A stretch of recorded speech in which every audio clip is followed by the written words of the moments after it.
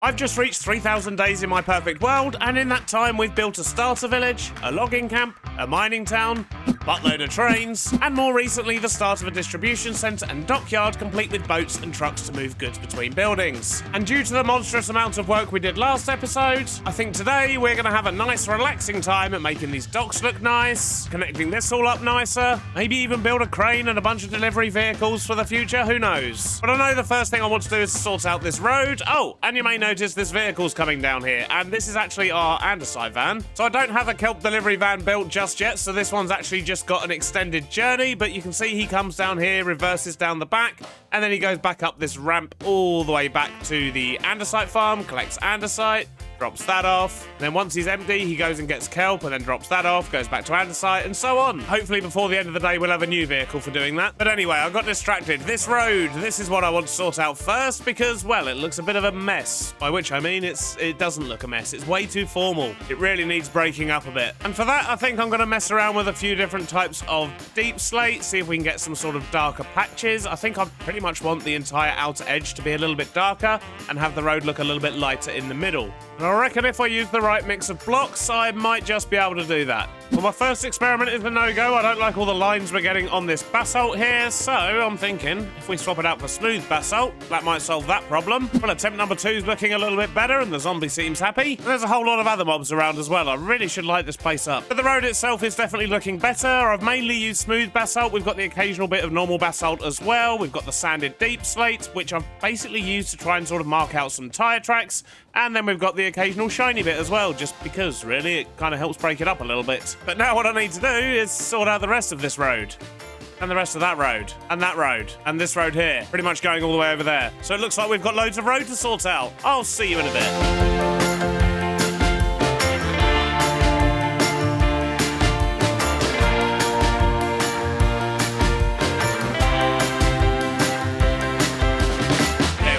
I think the road's looking a lot better. We'll probably continue to improve it over time and mess around with it, but it's definitely looking a lot better than what it did, because it was just deep slate all throughout. I've already done up to the top of the ramp, though, because I've actually had an idea for this area here, and it's probably going to involve me needing to sort of adjust all these roads, move things about a little bit. So for now, we're just going to ignore that and pretend that it looks nice. And what we're going to focus on now is trying to get these warehouses sitting a little bit nicer in the dock. I think my jetpack's just run out of fuel. And I have no more lava. And only a tiny bit of water. Okay, I guess we need a refill. But refilling's nice and easy these days because we have an infinite lava pool. And I just have a pump here that just sort of spits out the lava. So I can just stand here for a moment or so. And we'll end up with 4 tanks in it. There's probably a way to automate this to make it a tiny bit quicker. But it only takes a moment.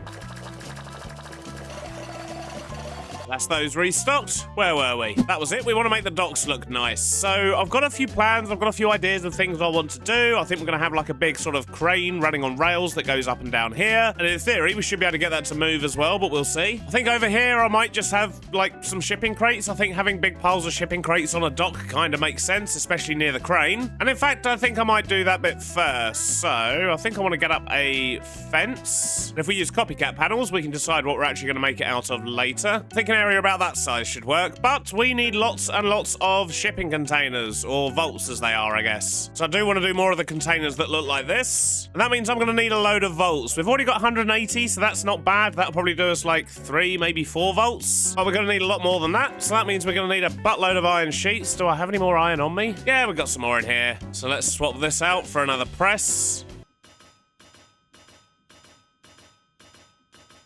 So I've made myself loads of shipping containers of various colours, just using up what dyes I had. But I've also used the chisel here to make lots of connected blocks of this sort of jungle flooring and birch flooring and so on, because I think it actually works quite well as crates. So we're going to have some of these scattered about. And as well as that, I've also used the chipped workbenches so that we can get these, which are sort of crated blocks, basically. So I think a combination of these and the shipping containers, we could build up something quite nice around here. But before I do any of that, let's get this fence filled in, and I think we're going to use these hewn spruce planks for that. Thinking about it, I wonder if we can add some fence posts on this. So if we make a bunch of these, and some spruce wood, we can, but we can only put them on this side at the moment, and I think I want them on the inside, so that means I need to move all of these. Okay, now we can put some fence posts on the inside. Yeah, that's going to look cool. Maybe just one in the middle here as well. Nice. That instantly looks cooler. Now let's have some fun with shipping containers. I think 7 blocks long looks about right. And because these ones are on the dockyard, they're much more likely to be lined up a bit better than the ones that have just been sort of dumped in the yard over there. So they are going to be a bit more like this as opposed to janky and all over the place. I think that'll do for shipping containers in this particular area for now, but let's get a few of these sort of random crates down as well. There we go, just a few boxes like that I think works pretty fine. But I think I also want to sort out this corner here and possibly the side of this warehouse. Oh, hello, we've got guests. Health and safety's back again. Is that an ender pearl on the road? It is. Oh, I love that. Anyway, distractions aside, let's do a little bit more decorating around here and I'll bring you back in when hopefully we've got the area looking... Anyway, as I was saying, I'm going to make this area look nice and I'll bring you back in once, hopefully, at least up to this point here, it's looking pretty good, and then we can maybe think about getting a crane or something in. Well, that's looking much better. The side of the building's looking nice and busy, and the front here, well, this corner area is looking all right as well. I do still want to change up all this seawall area and so on and actually sort out this, but we'll get to that later. First, I want to sort out this wall here. And I'm not going to do too much. I'm basically just going to sort of weave in a few smoother patches using a little bit of andesite, some sanded stone, and also just some normal stone. And something I should think about trying to get my hands on soon is moss, because I really could do with some mossy blocks around here. I think that would look pretty good, but I just don't have a moss farm or a vine farm at the moment. So that's something we're going to have to come back to. Maybe we can stick a moss farm in down here or something in a future episode. Let me know what you think. Well, that view's definitely looking better, although I really could do with getting some mossy blocks, but that's going to have to wait for another episode because I want to focus on trying to get some kind of shipping dock crane type thing in here. But I'll be honest, I don't really know what they look like. At least not enough to build one. And if we want to tie it in with this area, we probably want it to be kind of an older style one, like a 50s, 60s style thing. So I'm going to do a bit of Googling and see what we can find. Well, I've got a bit of a confession to make. I've been looking at loads of pictures of old school dockyard cranes and things like that, and I got a little bit scared. So I've spent the last few hours procrastinating about how I'm actually going to do this, but I think I have a plan now. And that procrastination has led me to have a little play with the design of the dock. I wanted something simple and repetitive that goes round, but isn't just sort of monotonous and brick like that side. And I think this is working pretty well. There's nothing sticking out, so ships can still come in and dock. And it works quite nicely on this side as well. So, I don't know, I think I might run with it, but I'll probably make a decision at another point, and then, yeah, we've got a lot of dock to do. This wasn't quick, but I can't procrastinate all episodes, so I guess it's time to build a crane. And I think to get that started, I need to put some tracks down this side, maybe like a secondary runner on this side, and then just start building up the crane. This could be an interesting one. So I think I'm prepared. I've got lots of stuff and things that's hopefully going to help me get this build done. And I guess the first bit is just going to be to lay a track of some kind. And I guess... I mean, we're going to want a main track, and then we're going to want, like, a runner that goes down the side, right? So maybe let's start the main track about here and just run it down pretty much the entire length of the dock. And maybe there. We're going to need some kind of stoppers, so let's just put those in. But we don't really want this whole track being exposed like that. So my plan is to basically just do that. So we've just got the rail sort of protruding up from the dock.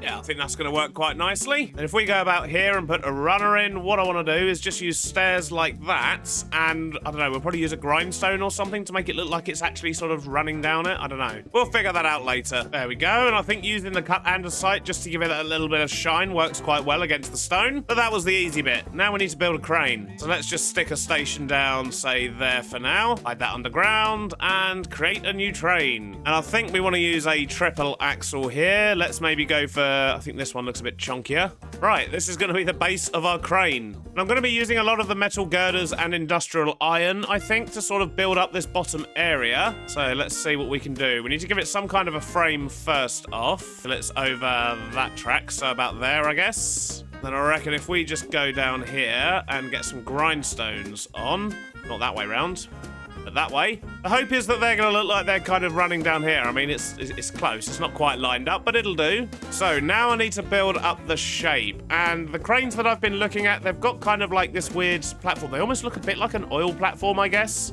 where they're thinner at the bottom and then they kind of expand out at the top, and that's where the cab is. So I'm going to try to do something similar. We're going to probably want to make it a little bit wider here. Maybe use some of these framed blocks to give it a bit of shape. Is that going to work? And maybe bring it back in at the top. Then we're going to need some supporting bits that kind of come out here, I guess. And then we probably want another sort of framed area like this. So that kind of a shape. That doesn't look quite right, does it? Oh, geez. Right, let's get some more support in and see what we can do. Okay, the extra support definitely helps. Then we're going to need to build up a cab of some sort. So let's stick a ring of these blocks down first and figure it out from there, I guess. And on the pictures I looked at, there always seemed to be some sort of a catwalk type thing that runs around the whole booth. So let's get that in. I mean, it's looking pretty chonky, but I don't know. Hopefully once we get the cab on, it might tie it together a bit more, but I'm really not sold at the moment. I think we need a bit more support on these beams here as well. Okay, let's just try building up a cab and see what we can do. So the cab shape is quite funky. It's something sort of a little bit like that, and it should probably stick out a bit at the back as well. Maybe with some of those. If we use these in this corner here, use the pillar blocks in there, and then just put down a whole bunch of these framed blocks. We'll get more of these on top. I think I want to shape the roof off a little bit here as well, so maybe raise it a little bit. Raise it a little bit more with these. Then just go back down the other side. I think we're going to give that a go, see how that's going to look. Well, it looks a little bit weird. Ow! And it's dark and there's skellies. Scared. Let's maybe add a little bit more of the framework for the crane and the lifting arm mechanism and all that jazz. And I don't know, maybe that will switch up the roof a little bit. Or maybe I just need to change the colour on it. I don't know, we'll figure that out in a minute. For now, let's build up this frame. So for this back frame here, we want something a bit like that, and then we need a big wheel in here, and that's what's going to sort of control or help support the upper arm. At least that's the plan. And I'm wondering if maybe a crushing wheel would look quite good.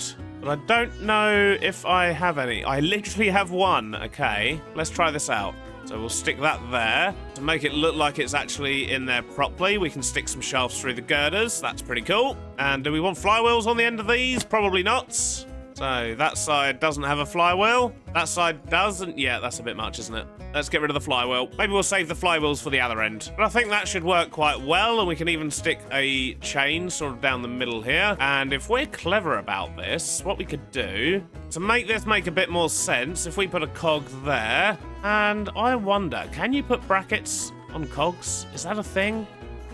It is. Yeah, that looks cool. Okay, looking pretty good. Apart from the windows. Let's quickly grab some glass and get those sorted.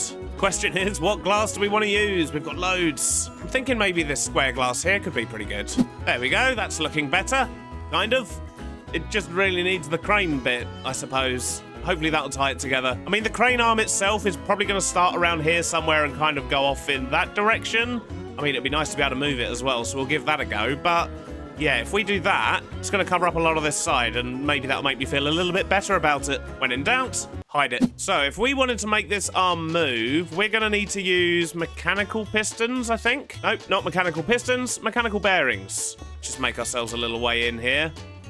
And maybe we should put a floor down as well. Right, well, we have one mechanical bearing, but I guess that's all we're going to need. Let's make sure we set that to only place when the anchor is destroyed, because we don't need one on that side as well. We can just sort of pretend that there's one there. We only need one controller, right? We need to make an arm, which I suppose initially we're going to be making it so it goes pretty much straight up, and then we're going to angle it afterwards. So let's just start here and see how we get on. All right, looking good. I think that works. But what I need to know is, can we move the arm and make it look good? I need to make sure I don't stick this arm to the rest of the body. So let's go this way first and see how we get on. So let's see if this is going to work. Oh dear. Okay, it's working too well. It's kind of in the right. So where is it now? It's over there. Okay. And now it's down there. Jeez. So we are always going to be operating this by hand crank, but that was crazy fast. So what I need to do is get some of these cogs and slow that right down. So if we put a big cog there and then a small one, that should go a little bit slower. Still needs to be slower. So let's get rid of that. Let's put that in there. Slow this right down so we've got fine control over it. Let's change the direction. Go that way. We're jumping into free cam here. I can see that I've left behind one bit of chain, so we should probably get that attached.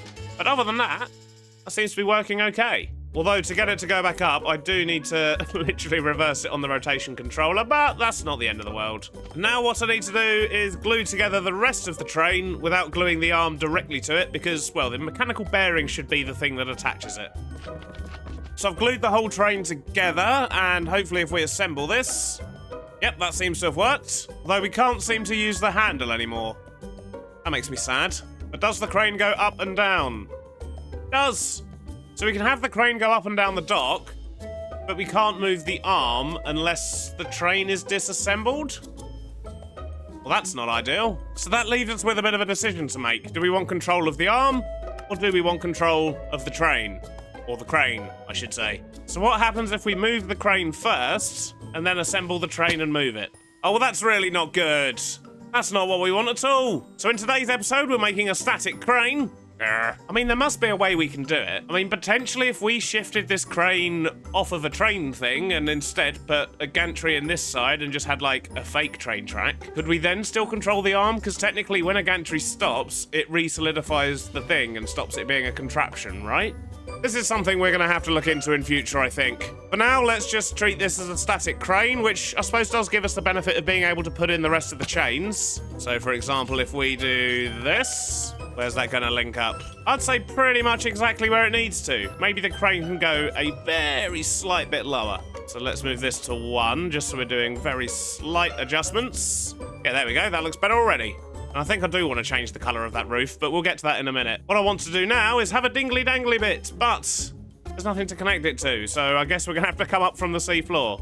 So I could use a rope pulley here and just have, like, a rope dangling down, but I think I'm going to have a play around in a creative copy of the world and see if we can do things with gantries and that, and actually get this working, because I don't really want to waste my time doing that in this episode in survival, because I don't think it's going to work. So for now, we'll just make it look good, and if my creative experiments work, we'll come back and rectify this later. So instead, we have a wonderful-looking static crane for now. It does make me a little bit sad that we can't move it properly, but oh well. Right, now let's swap out this roof. I don't like the fact that this is all grey up here. And I wonder, would pillar bricks be too much? A little splash of red, maybe? I mean, it's pretty bold, but I quite like it. And I also need to sort out some kind of entrance. So, do I have ladders? I do. So if we put a ladder there, that'll get us onto this bit. And then we need to get up there. Maybe copycat panels are the way to go. So if we place those like that, ladders on the front. And for the crane, I think that's done. Although I'll tell you what, I think I do want to raise the arm up a little bit and maybe just move where this chain is, which I guess means we're going to have to move that one as well, but that's fine. So we're going to move this chain up by a block, because I think it's going to look a bit better if it's kind of looks like it's wrapping round this. Yeah, that feels a bit better. I think I prefer the angle on this as well, but no, we need to fix this bit here. All right, job done. For now, at least. But next up, I think I need a sort of proper delivery vehicle for the kelp over here, because Andesite Man really shouldn't be down here. And it might be quite nice just to sort of park a static vehicle here as well. I think it's a good spot for it. And then we've got just some other general tidying up to do as well. I kind of want to put some backyard space, I think, on these warehouses as well. I don't really know. But let's try and stay focused and get this dock here finished first. So let's go grab some stuff from over there, and hopefully we should be able to crack on with this straight... What in the world? Hey! Excuse me. Oh, hello there. May I ask what you're doing? This is private property, don't you know? Yeah, I was wondering when I'm gonna just meet the owner of this establishment, because I'm with this health and safety inspection, and I'm gonna tell you, this is quite the situation you got on your hands here. A perfectly safe and healthy situation, I think you'll find. There's no health and safety issues here whatsoever. Well, I mean, I've been conducting quite a bit of research and found quite a few violations here and there. Right. Maybe we should have this discussion not in the middle of a road. This isn't a health and safety violation. This is just standing in the middle of a road. Yeah, probably should put up a sign here. Actually, speaking of, we should put up quite a few signs. I actually started already because this is so egregious. But, I don't know if you know. I mean, I agree with this. I thoroughly agree with this. Yeah, you might take a stroll with me real quick. Maybe we can spot a few more, like, oh my god, there's a train. Yeah, that's fine. You just have to keep an eye out for trains. I mean, we're going to have to wait for it to move the crossing. See, look, as a health and safety officer, should you just be running in front of trains like that? Oh, yeah. Yeah, maybe so this... No, we shouldn't check this. We should leave this building. This... Yeah, okay, good thing I have, like, the exact one for this. And there we go, caution exposed machinery. Okay, fair. It is a little bit expensive. I have got a safety barrier, though. Are those blaze cakes? Yes. In front, is this? Okay, that's a lava tank. Yeah. And if I'm, oh, yep, there's the boiler, there's the boiler, there's the blaze. Okay, which I can't have that. Hold up. There we go, fire hazard. Is there anything you don't have a sign for? Well, I do have this one. Hold on. There we go. It's for that time your horse died. It is absolutely beautiful, I have to say. Thank Wonderful. you. If only there was somewhere I could get my hands on these myself. If only you could, and you can. I don't actually know the website of your shop. Well, I do. It's MrBeardstone.com. It's fairly easy to remember. But yes, I have actually launched a merch store. You can get some of this funky stuff on like t-shirts and mugs and posters and all sorts. In fact, it's probably scrolling by on the screen right now. Hopefully so. And there's a commemorative collection of merch with the Rip Pickles design, dedicated to our everybody's favorite dead horse. I mean, you didn't have to put it quite like that, Zloy. How do I have to cite that? Did we ask everyone who their favorite horse is? No, we didn't. I mean, technically, there's been like 4 horses now. Well, thank you very much, Mr. Health. Okay. See, and if you had a danger sign over here... Yeah, maybe I would have stopped and There we looked. go. That's why you gotta have these all over the place. Just to remind me not to get run over by vehicles of my own making. Put it on a cup.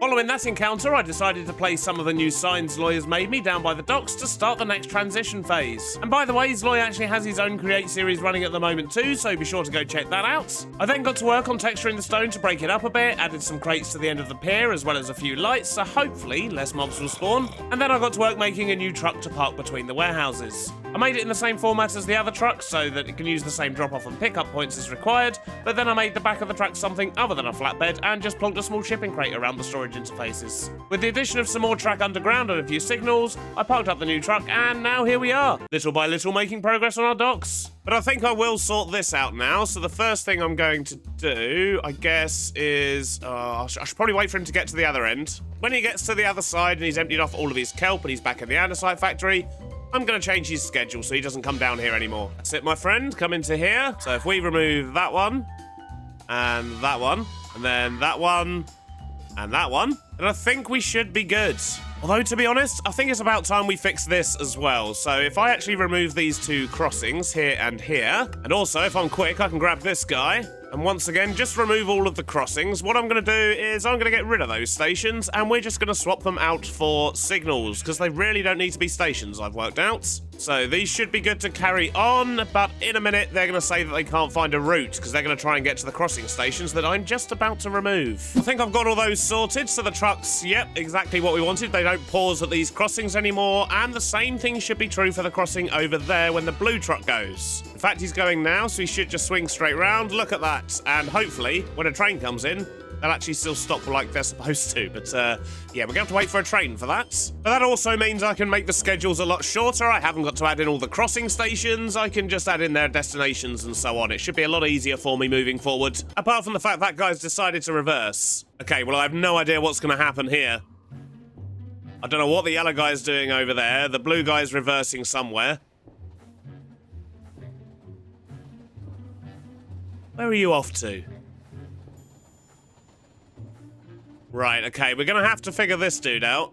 He's not doing what we want. But basically, I think after drop-off, he's seeing a shorter route to get to where he wants to go by going that way. So he's trying to sort of reverse all the way, I think. So that means what I need to do is maybe just change the order of the stations he goes to and turn him around the right way. And I've also got to build and set up the kelp delivery truck too. So I'm just going to mess around with this for a little while until it's all sorted, and I'll bring you back in when hopefully everything's working as it should. And eventually, after a lot of messing around later, I did finally manage to get everything working. So I floated in the sky for a day or so and just made sure that there were no crashes, that even when the trains arrived, everything still worked. And overall, I'm very pleased with the results. So we've now got all the trucks going around, nothing's crashing into each other anymore, and they're not pausing when they go across the crossing, which makes me very, very happy. But it took a lot longer to get those schedules sorted than I'd hoped, so sadly, I've actually run out of time for this episode, but I hope you've enjoyed it, and I'll see you on the next one. Bye-bye now.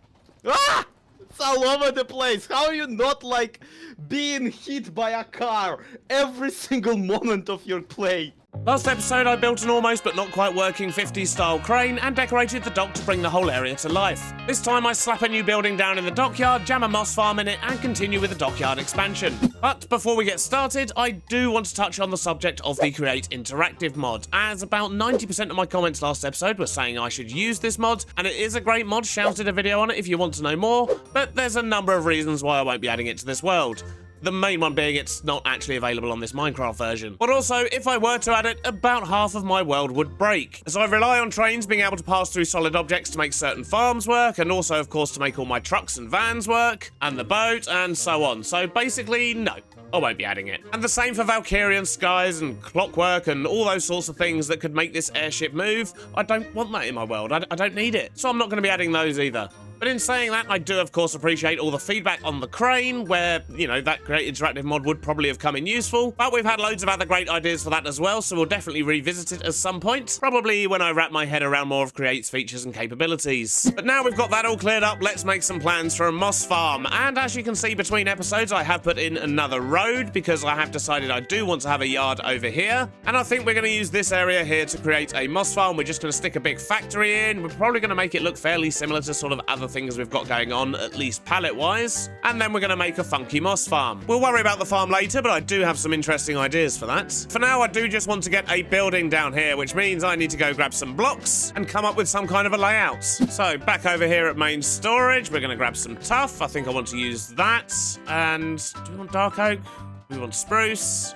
Ooh, I don't really know. Let's take a bit of both. And if I can remember where I put them, I want to grab some of those Dean bricks as well, because they were a cool colour. Aha, there they are. So we're going to grab a bunch of these. Although it is a mossy building, maybe we could experiment and maybe try these? I don't know. I mean, if it's going to be a moss farm, a little bit of green on the outside might look quite nice. I think I might want to have like a big sort of metallic section on this one as well, so we'll take some stone and andesite, which we can turn into pillar blocks. And roof-wise, maybe we can try some of this Viridium stuff, or alternatively, I think I might take some acacia. It kind of depends which one of these two bricks we end up building out of. We'll use the opposite for the roof. At least that's my thinking. Lastly, let's grab some glass.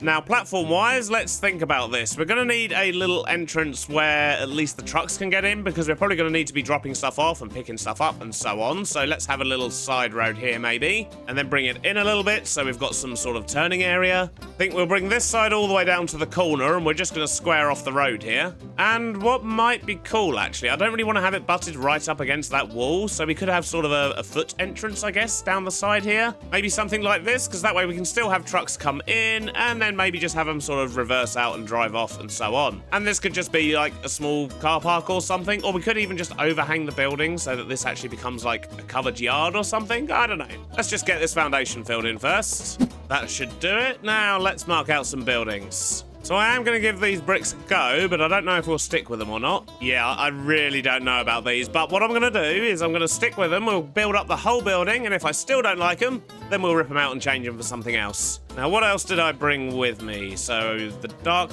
oak. Maybe we could have like a big, tall dark oak bit at the front here. Although I don't just want to use the normal dark oak logs, let's go see what we can make in the airship. Which, to be honest, at this stage, I should probably think about moving that airship and bringing it down by the docks. But I can't be bothered right now, so let's see what we can find. What have we got? What does the firewood dark oak logs look like? Okay, that's quite nice, actually. Yeah, maybe we'll make some of these. And I think I might try and integrate a little bit of granite as well, potentially. Let's have a little play about in the rain here. So I think I want this bit here pretty much boxed off, because that's where we can then put the bulk of the farm. So maybe only out to about there. Give ourselves a bit of a loading bay area. So maybe something like that, and then we can just have like a low roof area here, because we are actually going to need to process cobble into stone before we can then sort of do things. I've got a bit of an idea of how I want this farm to work. So we could have a low building there, have a big towery bit here just for effect, and have this essentially as the main sort of moss farm area. And we'll probably be able to get rid of all these bits here on the inside for the tower as well, but we'll leave them in for now just so I can see what I'm doing. And I suppose what I should do is get all these walls built up and see how we're looking. I'll see you in a moment, and hopefully the weather will be a bit better then as well. Pesky rain.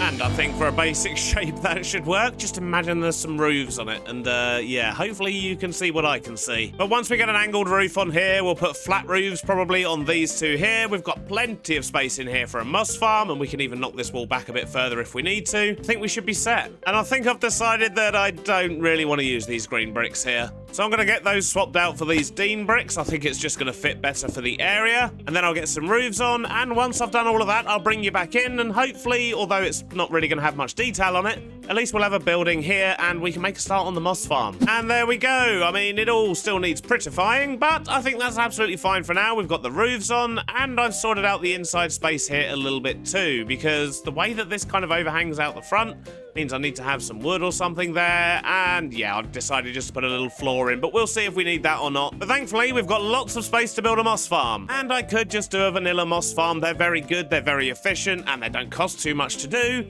But where's the fun in that? We're here in Create, so I'm gonna try and mess around with like timing things, and I don't know really. I really don't have much of an idea at all yet, but we're gonna try and do something that's a bit more interesting than just a normal vanilla moss farm. And for this farm to work, we have a few steps we need to do. The first step is to import cobble from the warehouse and then cook that and turn it into stone. And then I want to try and build something where we use deployers to sort of place the stone, and then maybe other deployers and moss blocks and things to turn it into moss. And then I want to move that platform somewhere else, and then I want to get the moss blocks out of it. So there could be a lot of trial and error here. Before we do this though, we are looking a little bit low on the create things that we're going to need, and of course we need to bring power over here as well. But to be honest, getting power should be easy enough. Yep, it's literally right there.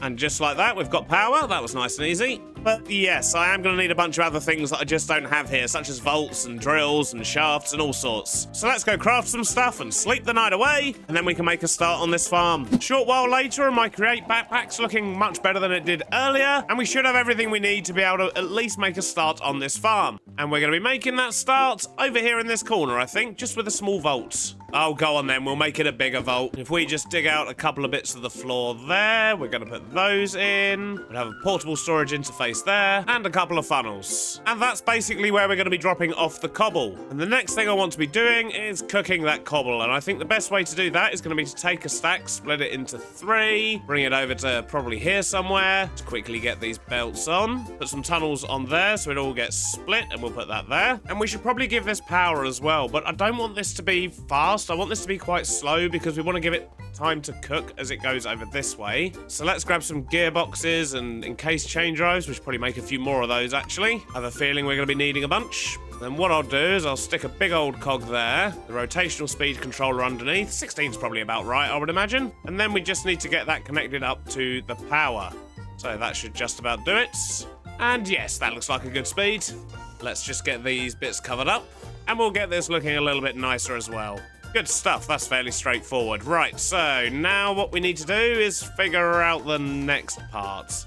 And that is going to be the cooking. So we need fans. To get these powered, we're going to use more chain drives, but we're going to have 2 rows of fans, because that way it should cook a little bit quicker, I believe. Going to put some depots at the end, just so stuff doesn't actually get thrown into the lava. And then if we grab a spruce straw, stick that there, a brass funnel that feeds into it, and we grab a mechanical arm, tell it to grab from there, there, and there, and put it in there, but only if it's stone. Still going to need to get power to these, so let's get these connected up. I think in order to do that, what we might actually do is go back underground. So if I do that, then I can just connect this underground to the rest of the power. And they're going the right way. Wonderful. Then I'll add a few copycat panels here just to contain the lava. Speaking of which, let's quickly grab some. If we place lava there, and lava... No, not there. And lava there. Wonderful. So what I forgot to do was actually place the mechanical arm, so let's actually do that again and put the arm down. Clever beardy. Then we'll just steal a bit more power from down here for the mechanical arm. Small cog should do it. Let's just make sure he's going to do his job. We've got a tiny bit of cobble here, and it cooks before the end, although that was only like 1 piece. But the mechanical arm's doing his thing. But this is good. We're now turning cobble into stone. Not really the goal of today's episode, but definitely what we needed to do to begin with. May as well make use of all the cobble we are bringing over from the industrial zone after all. Now this is where things are going to start getting a bit more interesting, because what I need to do is figure out how I actually want this to work. The first thing I need to do is to get this stone placed into probably about a 5x5 platform, and for that I think I want to make use of gantries. And if I was to put 5 deployers down like this, then we could have that go 5 spaces this way, and that will place a 5x5 grid of stone, and then just wheel its way back again. And that will be the first part of the sequence we want to build up here. But in order to do that, it is, of course, going to need the stone. So let's quickly get this linked up. So we'll have it come out here and go this way into the side of that storage interface, and then we'll have a receiving one here. So I guess that's where we'll place the barrel, and the other storage interface there. And let's just get that all glued together. Then we'll stick a sequence gear shift on the end here. We want that to move the piston 5 meters one way and then 5 meters the other way. We're going to need to get this thing some power as well, so let's just do that so we've got a bit of room for options, and yeah, maybe just connect it underneath again, I think. So that's power all hooked up. Now let's quickly give this a pulse and see what happens. Okay, it seems to be sort of not doing what I want it to do. And I think that's to do with all of this, but on reflection, I reckon I can simplify this just by sticking a barrel right there and having this as the bit that moves with the contraption. So we'll stick that there, we'll grab our super glue, we'll get rid of this bit, we'll just glue those together. But now maybe that'll work. So if we do that, goes into there, and it's in the barrel. Excellent. And if we do this, wow, he's quick. But it did place the 4 stone we had. However, I really need to slow this down, like, massively. So let's just do what we did on the other side and jam in a rotational speed controller, and we'll just route the power around this way instead. And I think if we set this to about 32, that'll probably be more than enough. So let's try that now. That's a much nicer speed. In fact, let's maybe go a tiny bit faster. How are we looking now? Yeah, that feels pretty good. Because as usual, we're not going for efficiency, we're going for how cool we can make it look. So let's just dump a bunch of stone in here for testing purposes and build my platform. Wonderful. So once we've done that, the next thing we want to do is to turn all of this into moss. And for that, we're going to need a moss block, which I didn't bring with me. That was silly. And apparently I don't have a single one here either. That's a bit awkward. But I am fairly sure if we head to the back of our underground bit here, pretty sure there's a lush cave around here somewhere. Aha, here we are. Yoink. Right, so for mossing all of this stuff up, what I want to do, I think, is have that moss block a block above, because that way it can convert all 5 of these, hopefully. So what we want this to do is to come up this way and then go back, and then when it gets back, that's when we want to start mossing things up. So let's see if we can make use of some redstone contacts. Do I have any? Yes, we have absolutely loads of them. Right, so that's what we want to do. Ah, or maybe not, because that seems to have powered the gantry, and I believe if you power a gantry, it turns it off. So maybe if we do that instead, and glue that one to that one. And then we'll use that pulse to set off a deployment arm, which is going to bone mill this, and then that's going to turn all of that into moss. So let's stick a deployer there. And something else we need to consider is that once we bone mill this can often end up having like an azalea or a carpet or something like that on it, and that means that it won't be able to get bone milled again. So we need to clear the top here, and I think the best way for us to do that is just going to be having a drill set off to the side here. So if we do that, that will constantly break anything that appears here. If we do this, that should power both of those. We've just got to get that now connected to some form of power and only have it trigger when it needs to. Right. How are we going to do this? I mean, I can still power from here if I do that. Bring that up, then do that, that. Excellent, that's doing its thing. However, we only want this to set off when it gets a redstone pulse, and I'm wondering, if we put it directly next to this thing, is that going to work? If we make this do maybe 2 rotations, that should be enough to bone meal it a couple of times to make sure we get as much as possible. So let's see if it's going to work. We'll send it off. Then when it comes back, does this kick in? It does. Okay, that is amazing. When it comes to bone mill, for now, I'm literally just going to stick a chute on top of there, grab myself a spruce straw, and if we head back to Beardstone Valley, in our mob farm, we have thousands of bones, so I'm just going to chuck loads in there for now. Yep, look at that. We've got 27,000. Way more than we need. And if we put these bones through the crushing wheel, I think we also get... Yeah, definitely. Look at that. We're getting loads more bone meal than we normally would. And some white dye as well. How lovely. And it appears as though Zoi's been over here putting up more health and safety signs as well. And in fact, while we wait for these bones to grind down, I do just want to take a moment to say a huge thank you to everyone who's purchased merch so far from the brand new merch store, you wonderful people. And I have noticed this design in particular has been getting a lot of love in mug and magnet form, so thank you for that. And I have actually had a few people asking who did the artwork for these, and I clearly didn't make it obvious enough last episode, but it was actually Zloy that designed all of these for me, and I absolutely love them. And there we go, just over 15,000 bone meal should keep this thing going for a while. So let's test fire again, and this time it should turn that into mossy stuff. Okay, pretty good, but maybe it could do with one more pulse. So if we tell this to do another 360-degree turn, then I guess this isn't really a fair test because some of it's already mossy. Wait a minute, how did you place those? We'll just pretend it didn't for now. But it doesn't seem to want to moss up these three here, and I guess that's probably because it actually has blocks above them, so that kind of makes sense. We'll work with it for now. We'll wait till we get the whole thing a little bit more automated before we figure out exactly how well that's working. But the next thing I want to do is to move all of this over to here. And I think I have a plan on how to do that using a mechanical bearing, some linear chassis, and some super glue. So if we put the linear chassis in there, and quickly break these for now because we need to actually super glue these. Although, to be honest, it's probably only worth taking the two either side. The middle row just isn't really going to convert. Which I guess means we don't really need a deployer there either because those blocks are never going to go. And in fact, let's completely swap out these blocks altogether so they don't turn to moss and make me sad that they never move. Some nice industrial iron. Yes, perfect. But if we just put this moss back there, stick a mechanical bearing there, then if we grab this power from here, do that. Grab a gearbox and another sequenced gear shift. If we put that in there, tell it to rotate 180 degrees. And the way that these work is when you put glue on them like that, they basically grab an amount of blocks in front of them. It's currently set to 8, but we know that there's only 5 there. So if we set these to 5, it should keep it a little bit more precise. And this one here, when we hover over it, we don't get the white boxes. So that tells us there's no glue on it, which is exactly how we want it. And in theory, when we power this, it should take all of these blocks and flip them over and put them there. Let's give it a go. Okay, almost. Went in the wrong direction. So if we do that... Okay, that's basically what we want it doing, just, yep, snapping into place over here. So we want it to do that after this has got back, and then pulsed to do that, and then we need it to do this. How are we going to get the timing for that? Oh, jeez. Okay, I think I've got an idea. If we were to put that there... Okay, so this is a pulse extender, and if we put a delay of, say, 20 ticks, which is a second...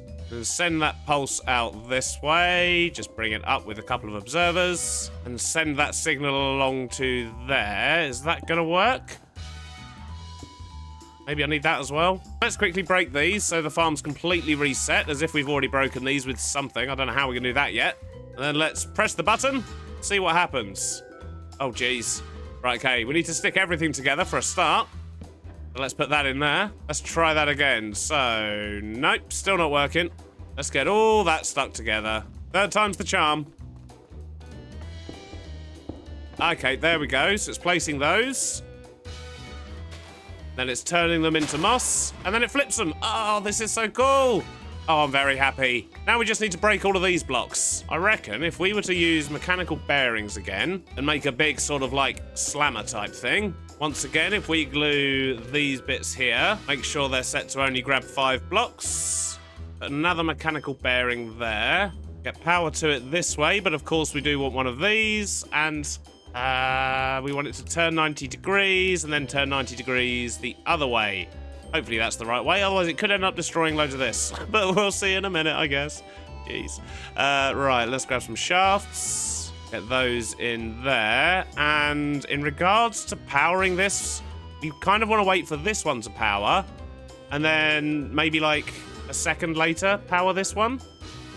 So if we put another pulse repeater in, set that to 20 ticks. And I've run out of redstone, apparently. That's annoying. But it's okay. We've got plenty more at Beardstone Valley. I mean, those waystones are an absolute time save. I love it. This recording session would have been about 2 hours longer by now if I didn't have those. Which is great, because it means I can get more done. But I'm hoping this works, because my initial thought was actually just to use drills for this. So I was just going to have some drills underneath, so as soon as it got placed, the drills would fire.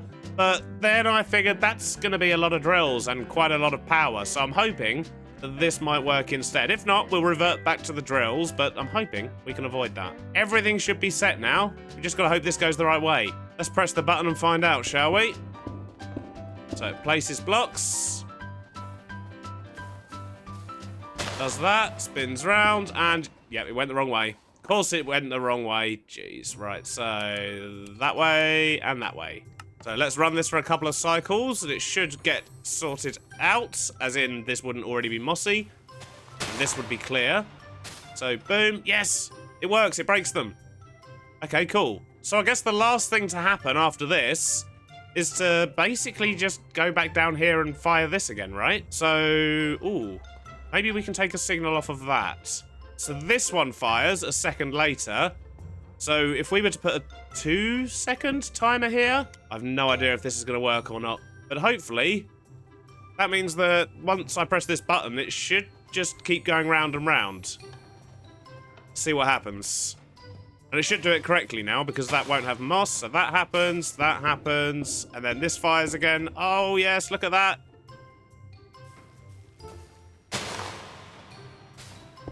I can't believe this works. This is amazing. And this is why I love Create. It may be way less efficient than a normal moss farm, but it's a lot more fun. Although I'll tell you what, we don't really want the moss getting stuck on these, so let's get rid of that. Look at all this moss we're getting. Okay, cool. Well, I'm very pleased with all of this. For now, let's stop it from working, because we need to build some kind of a collection system, and we can see it's literally flying out all over the place. So we need to try and contain this somehow. And I'm wondering, as long as I don't put anything on this bottom row here that would block the gantry, I might be able to build up a wall here that just kind of hides all of this movie stuff here, and we'll see the actual machine working, but it will stop all of the moss flying out over there. But this ledge here is also catching stuff, so maybe I just don't have a ledge there at all? Let's just quickly run it for a moment and see exactly where stuff is getting stuck. So for the most part, it's just getting stuck on this bit here, but we can probably just put some glass blocks on there. It's getting stuck on this bit here, but I don't really care about that. Oh, and it's just falling into the mechanics down here, but if we build a wall, that will solve that as well. So I think we're going to be all right. And a little while later, we're looking a lot better. We've got some walls up, we've got everything just generally working better, and we've got some glass on this side as well. So from the ground floor, you can see everything working, and it all basically just gets fed down into these chutes. Those chutes are feeding into these drawer controller slaves, which are all linked up to the same network that we have down here already. So we're actually storing the moss here, but everything else we're just converting into bone meal and then sending that back up to the top of the farm. I mean, it's not going to be enough bone meal to keep the farm running, but, well, there's no point letting it go to waste, I suppose. And I've also added a threshold switch as well, just so once we've got a couple of thousand moss, it'll turn off, because, well, we're not going to need loads at any one time, are we? It's just moss after all. But with that, at least the farm itself is now working. It's all looking fairly nice, at least in there. But what isn't looking nice is the rest of the factory. We haven't even got windows in. And the outside just, well, it needs a lot of work, doesn't it? Let's be honest. There we go. That's better. I think we're all done here, at least in regards to making it look nice. I've also put up some safety barriers on the interior and just added a few boxes and crates around just to make the inside look a bit better. But now what I need to work out is delivery. So we basically need to make sure we're bringing cobble over here so that we've got plenty in storage ready for when we need more moss. And then we need to figure out how to get the moss to the main warehouse. And I wonder if maybe we can use this same delivery truck here to do some of those things. But currently the only way we can get cobble out of there is via a train, which is no help at all. So I think what I'm going to do is make use of this area we have here. It's next to the warehouses, it's close to where the actual storage drawer controller is, and this way we can just link up lots and lots of different things so that, well, eventually whatever we need anywhere else, we can use trucks to come and pick it all up. So I think it makes sense to start from this side. We'll get the cobble over there first, and then we'll figure out how to get the moss over here, hopefully in today's episode, but we'll see how we're doing for time. And if not, we'll do that next episode. But for now, let's see where we want to go. Probably around here somewhere. So let's dig down and see where we end up. Oh, look at that. There's drawers right there already. There we go. There's a whole bunch of stations for us. Now we need to get the track in, which is going to be interesting because it needs to go directly on this line here, where we actually have our stations for this bit over there. So, although, to be honest, it looks like we've still got an extra block of space down here, and that's the level that the rail goes on, so we can probably get away with it after all. And after a whole bunch of messing around later, I think I've finally got the schedule sorted. So after here, as you can see, the truck now leaves, and it should pull into a station I've set up over here. I have had to pull the wall back a little bit just to make sure that it doesn't clip it on its way round. But if we have a little look at him go in here... Look at that. Wonderful stuff. And then when it sets off, it will be empty again, so it will go over here to the kelp factory, and then it will just do its normal kelp routes, and after that, carry on with the cobble routes. It's kind of got 2 delivery routes, I guess, one after the other. And I've also set a threshold switch here, so once this vault is 3/4 full, it'll actually turn off the things all the way over here, these ones, and basically lock them. So even when the truck comes into the station, it's not just going to get full up with cobble and not be able to pick up kelp, and vice versa. Sadly, that is all we've got time for today, so we're going to have to sort out the delivery of the moss over to this warehouse in the next episode, but I've got a pretty cool idea for a yard for that. But I hope you've enjoyed it, and I'll see you on the next one. Bye-bye now. Last episode, I built a new building on the docks and jammed a highly inefficient yet quite fun moss farm inside. Today, I expand the docks with a storage yard, then link up a truck to transport the moss to the main storage depot, and finally add a passenger station with a shiny new passenger train to the area, as apparently I completely forgot to do that up till now. First off, however, I have a small problem to resolve, and that problem is a lack of food. I guess I need to do some cooking. However, we've been eating the same stuff for about 3,000 days now, and I'm fed up of burgers, cabbage rolls, and ratatouille, so we're gonna go a little bit more exotic this time. So let's grab a bow, take a look at the menu, and see what we're gonna be hunting today. We could have some kangaroo burgers, or maybe some shrimp fried rice. That sounds quite tasty. Maybe we could have some bone broth, squid ink pasta. That sounds exotic. Basically, on looking at that menu, I think I need a bit more meat in my diet, and we might get a few squid along the way as well to try some of that squid ink pasta. Sounds lovely. Let's go hunting.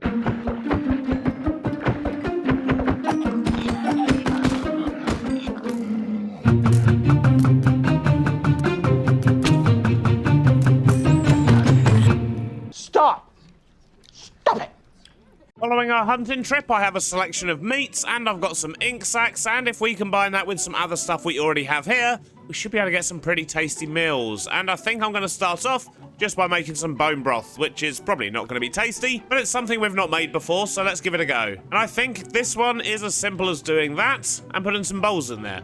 In the meantime, let's get the kangaroo meat cooking so we can make our kangaroo burgers. And we're going to need a bunch of pasta so we can make our squid ink pasta. So we'll chop down some dough, and that'll give us some raw pasta. So let's chuck that in the pot alongside some squid ink. And then we also need some form of fish, which I've completely overlooked, and some tomato. Do we even have fish? We have 18 fish. That's not enough. I suppose the question is, can we chop this up to double what we've got? It would appear so. So we now have 36 fish, but we're still going to need a little bit more. Guess it's time to crack out the fishing rod. And it's raining, and it's dark. I think that's good for fishing, right? And what this little trip is teaching me is that I really need to sort out some kind of automated food supply. I do have some ideas for that, but it's going to involve a whole new district and lots of other big plans, so for now, we're just going to keep doing it manually, I guess. I mean, it doesn't take too long, and we can always just keep cooking up batches of vegetable soup and ratatouille. They're nice and easy, and we've got easy access to that. But if I want to have a varied diet, I should definitely mix it up at some point in future. About 10 minutes later, and I should have enough fish now to be able to make all of the ink soup that I need, although it's going to be a mix of cod and salmon, but that's fine. And I managed to drink my tea during the fishing trip too, so all is well. So if we chuck that in there, we'll start off with the salmon. That should make 46 of those, and then we'll top it up with cod when we're done. And we've got loads of mutton chops as well, so I think we're going to make some of the pasta with mutton chops. That'll be tasty. And for that, we need tomato sauce. We've got plenty of that. We need a little bit more raw pasta, so we're going to go make this wheat flour into dough.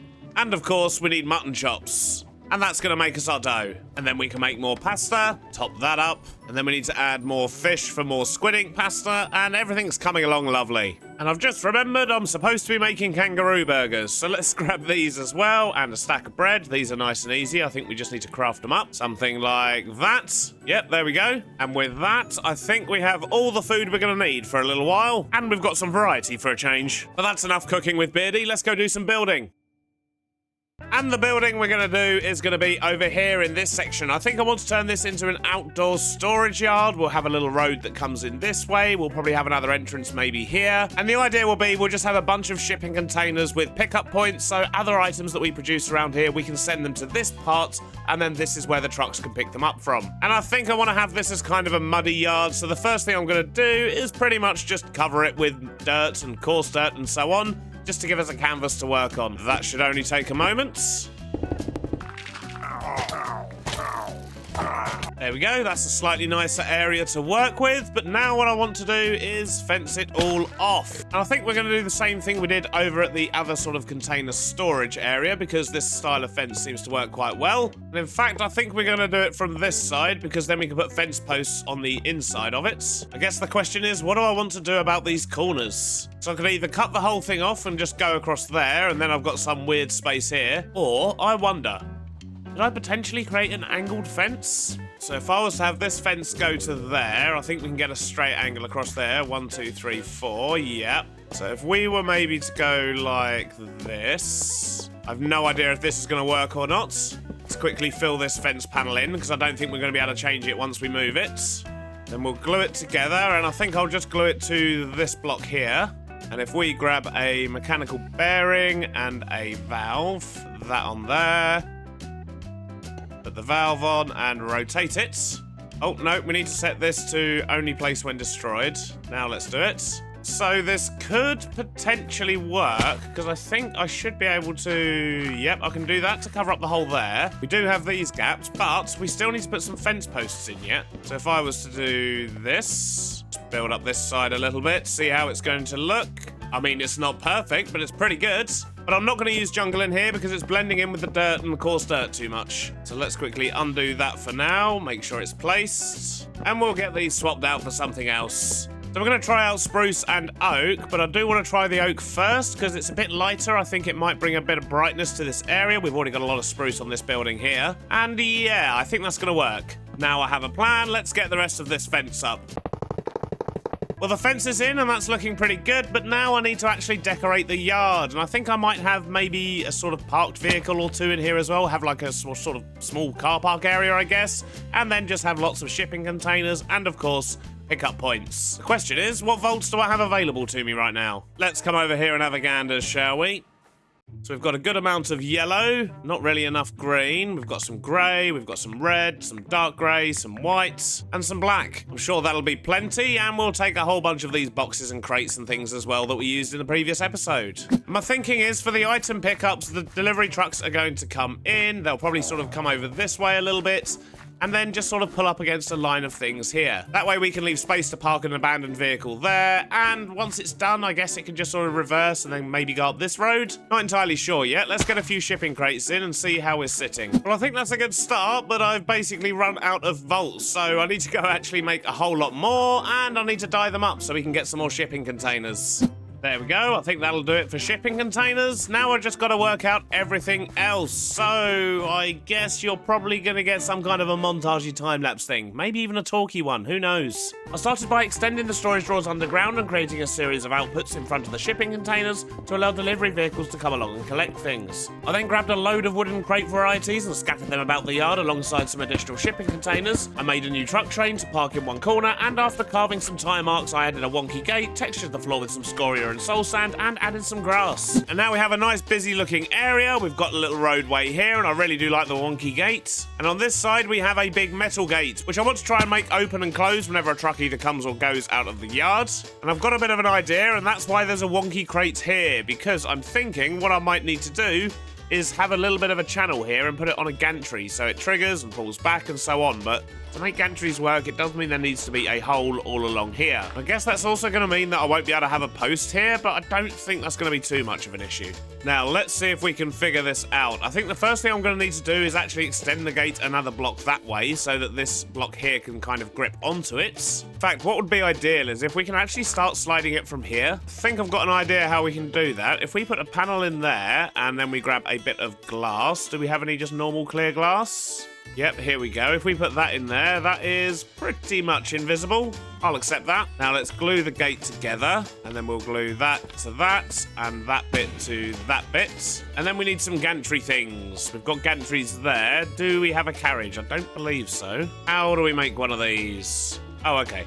We grab some planks from that bag. We can just make it in here, which means we need our gantry to start there and go that way. Let's get rid of that and put the gantry carriage on. Now, in theory, if we power that gantry, it should slide open the gate. But we want to be clever about it, so we need a sequence... Oh, no.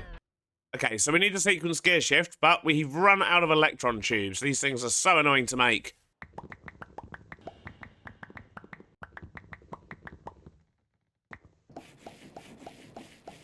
Now, where were we? Right, so sequenced gear shifts. And what we want this to do when activated is go 5 meters in one direction, so that's 5 blocks. Delay it for 10 seconds, at least for now. We'll time that properly later. And then go in the other direction. And we can get that connected up to power over here. There we go. Now let's just give it a test. Well, it's way too fast, but it does at least seem to open and close the gate. So let's quickly fix the speed with this and this. And I guess here's going to be the perfect place for it. Well, that's looking like a much better speed. Let's give it a go now. Yeah, nice slow gate opening. I like it. It's a little bit jibby. And after 10 seconds, that should go back. Yeah, look at that. If we stick a redstone signal on there, set it to receive, give it a secret code, and then if we go up here and make some buttons... Yep, look at that. And I guess it would make sense to put a button on this side as well. And hopefully that one should work. Excellent. That looks really cool. I really like that. So now we need to do some clever timings to make it so that when a truck is going to leave or enter this place, it does what it's supposed to and actually waits for the gate to open. But I've got an idea of how I can do that, and hopefully it's going to work. So we're calling this area Dock Store. So if we call this Dock Store Entrance, we'll have another one for Dock Store Exit. However, we do actually need 2 for Dock Store Exit, but that shouldn't be an issue. And what we'll do is we'll have it so that if a train pulls into these stations, it will also trigger the gates. And then all we need to do is match up the timings for how long the car waits before it drives, which is probably going to be about 5 or 6 seconds. And then after it drives through, make sure that it actually manages to get through before the gate closes again. Hopefully that makes sense. So let's run a couple of tests in our small truck here. However, I do need to turn around, so let's quickly go over here and do that. So if we approach Dock Store Exits, doesn't seem to have sent a signal. Let's go see what's going on there. So it's because I've been a big silly and I've used repeaters instead of comparators on the stations. And just get these things replaced, and that should trigger my gate. Yes, there we go, look, it's opening now. And if we're quick, we can drive through, and then the gate should close behind. This is incredibly satisfying. Now let's try approaching it from this side and see what the timing's like. How long do we need to wait at the station? So about 7 seconds should do it, I would imagine. So now we know that's all going to work. What I need to do is get some redstone signals on these so they only trigger when they're at the correct station. I need to make sure the mossy blocks are coming out of one of these. And then I need to find a new driver for this van and change its schedule so that this one has basically another pick up and drop off on its route. So one step at a time, let's sort these out first. We'll set this one as Moss. And we'll ingeniously call the station Dock Store Moss. I'm a clever one, me. Then we'll put a funnel here for Moss, and then just replace this again with a draw controller slave, and link this to the one downstairs. Where's my wrench? Make that receive, and I think we're all set. So let's grab a lead, grab ourselves a driver. You'll do, sir. Chuck him in there, and grab his schedule. And at this stage, I think after Docks 1, what we want him to do is to go to station Dock Store Entrance, wait there for 8 seconds, then go to Dock Store Moss, wait for 10 seconds, then Dock Store Reverse, then Dock Store Exit, wait for 8 seconds again, and then it should be good to carry on its journey. So I've reset your progress. You should go to Kelp Drop first. Let's see how this goes. Well, in the right direction so far. Let's just wait for him to come back. And now after this, he should go to the station over here, and he should go and get the moss. Let's see what happens. Right, he's off. What way are we going? Okay, this is probably the ideal route we wanted him to take. If he goes left, yep. And then should stop here. Come on. Yes! That is so satisfying to watch. And... what are you doing? Where are you going? Yeah, I've put this station 1 block too far forward. So by then, it basically can't go onto this track here. So let's just move this station back a little bit, and that should solve the problem. Let's just wait here for him to come do the gate thing again. Right, the moss is loading up. This is good. Now, hopefully, he'll reverse up there. And then wait for the gate to open again so he can leave. Then when he goes out, I think he's going to go around to the left here, because there's not really a way to make that turn at the end. No, what are you doing? Maybe I need to move the exit station too. Let's see what happens this time, shall we? 3rd time's the charm. Come on, buddy. You know you can do it. Go forwards. Oh, it's working. Amazing. What a hero. And I'm just going to stay here and watch for a moment and make sure we haven't messed up anything else with the transports. Few in-game days later, and I'm pleased to report everything seems to be working a treat. We now have our moss going up to the main warehouse, and we've got plenty of space for other things we're going to be making around this area as well. But that's not going to be today. Today, we have another task, and that is to make a passenger station, and this spot here is just screaming out for it, really. I think it's the perfect location to squeeze one in, and we can always connect up some roads around the back if we need to later. And we have a fairly well-established station layout from the stations we've already built in this series, and we're going to be doing something very similar here, so I'm not going to bore you with all the details as I build it. Well, at least the base part of the platform anyway, and then we'll put some funky buildings on it as well, which are probably going to follow a similar style to here. But first, I need to empty my backpack because it's rammed full of stuff I don't really need. And of course, I need to grab the things that I do need.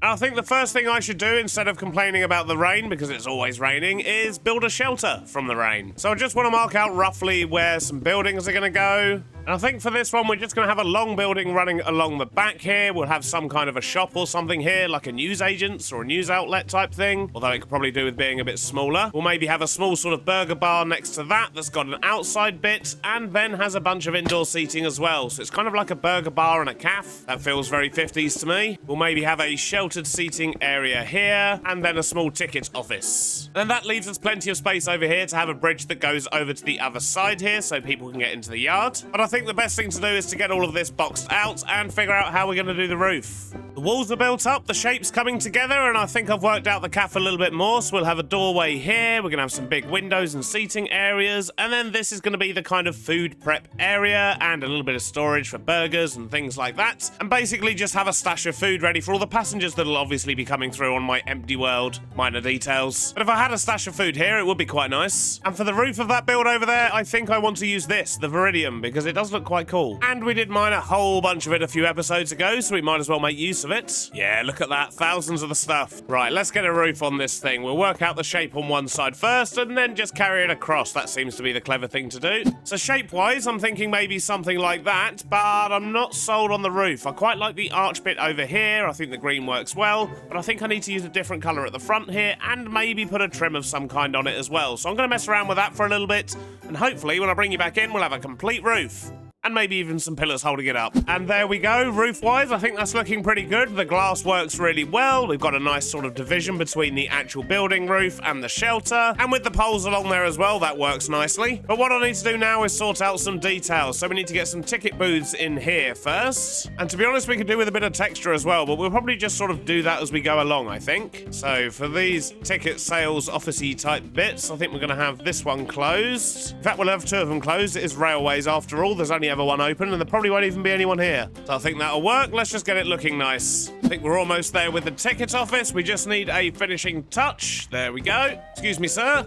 There we go. We have our ticket clerk. Amazing. And I've kept it fairly simple in here. Just put up a few shelves, boxes, and a desk. And from the outside, I've swapped this out a bit to make it look better. Added a small little flower pot type thing and a few signs. And to be honest, I don't think this ticket office needs more than that. But opposite the ticket office, I do want to put in a sign just so we know what trains are coming in, when they're coming, and so on. So let's do this. And now we've got a frame. I just need to add in some display boards. And we need to get this thing some power as well. So let's go underground and see where our power supply is. It shouldn't be too far away.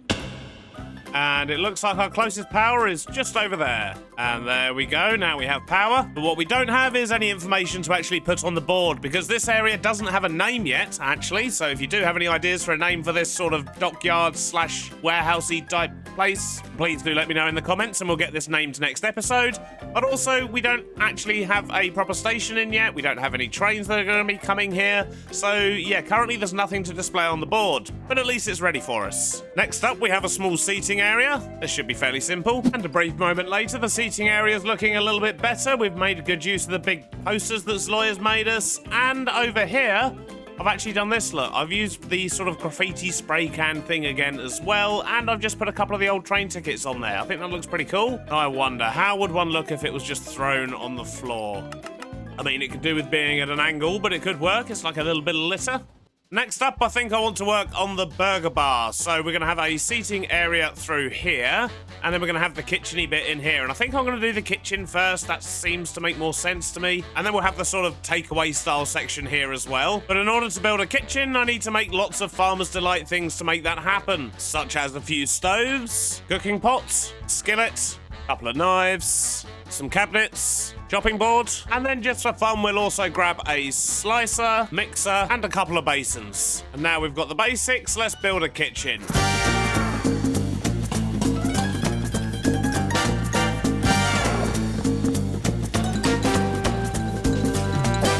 And a short while later, I think we're just about sorted. We've got a lovely kitchen set up now, although I could do with the door over there, actually. Let's quickly make one. There we go. So on the outside here, you may see these. These are Create blueprints. Basically, they kind of store recipes. So if I had the ingredients on me, I could go up there, click that, and it would make the item. But I just thought they looked pretty good as kind of menu options for the cafe. On the inside, we've got a bunch of cupboards. We've got some herbs and mushrooms, a bit of storage. We've got a mixer and a slicer, which, to be honest, I haven't given power because I don't think we're going to need them over here. And I didn't really want to ruin the aesthetic trying to squeeze the power in. We've got a central kitchen island here as well with sort of some big cooking platforms. Got some pots for cooking on this side, and out the back here we've got a storeroom where we can stick a couple of crates of food and things like that. And you may notice I haven't finished the outside there yet, but I do have a plan. And on the outside, once again, we've got the signs up, and we've just got a sort of serving desk here as well. But it has just occurred to me, one thing I forgot to add was the tills, so let's quickly get those in. That's better. And it's looking better out here as well now. But this bit here is basically the sort of delivery area, so I want to make a kind of garage door in there, maybe out of iron. We'll see what textured blocks we can get. And then just a little bit more seating out here, and maybe some down the side here as well. On this covered bit, I decided not to put a newsagents type thing in. There wasn't really the space, but I think another seating area here would work quite well. So let's get those last few bits in, and then we're pretty much done with the station, I think. And I'm pretty pleased with how it's looking so far. It's certainly different to the others. And now I think we're basically done. I've got the garage door in, I've got the seats in around the corner, we've got a bit of foliage. I've even decorated the front of the burger stand and the interior, which was probably the main thing I needed to do.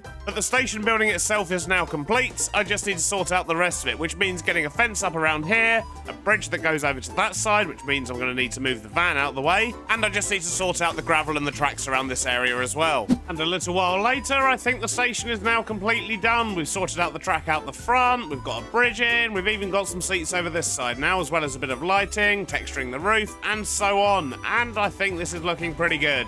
But what's the use of having a station if we don't have a train to pull up to it? So let's chuck a station down, just somewhere like that for now will do. We'll probably move this later. This is just so we can build a train. But as usual, you've seen me build loads of trains, so let's just quickly build up an engine, and then we'll have a chat about the carriages.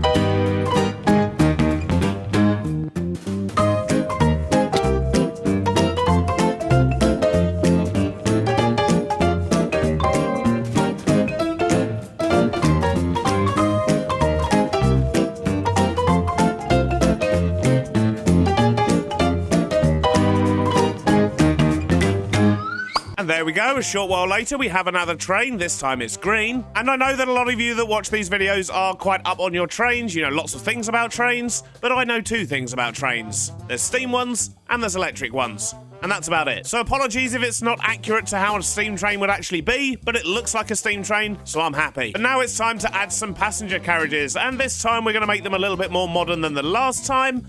But once again, I don't really know much about trains. Pretty sure Hornby made some small ones that you can't get inside. But if I remember correctly, Hornby also had some sort of like cream and red passenger carriage type things, and they seem to be the sort of old school traditional type thing, so that's what I'm going to go with. Just something basic but effective. So I've gathered together a bunch of stuff. Let's see what we can pull off. So the first thing we're going to do is select a bogie, and we want one of these double axle styles. And I think I quite like these ones here. Yeah, that should work nicely. Now, let's just build a subframe, and I guess the question is, how big do we want this passenger carriage? I mean, we want it to be quite long. Let's just try this for now. It's looking a little bit too metally, though. Let's maybe try swapping these ones out, and then we'll just put some rails on the front and back. So we didn't actually have access to these rails last time, so that's quite nice. Although I should probably leave the middle bit open for between carriages. That would make sense. Color palette-wise, I think we're going to use these thin mangrove planks for the bottom, and then blank sandstone carving on top of that.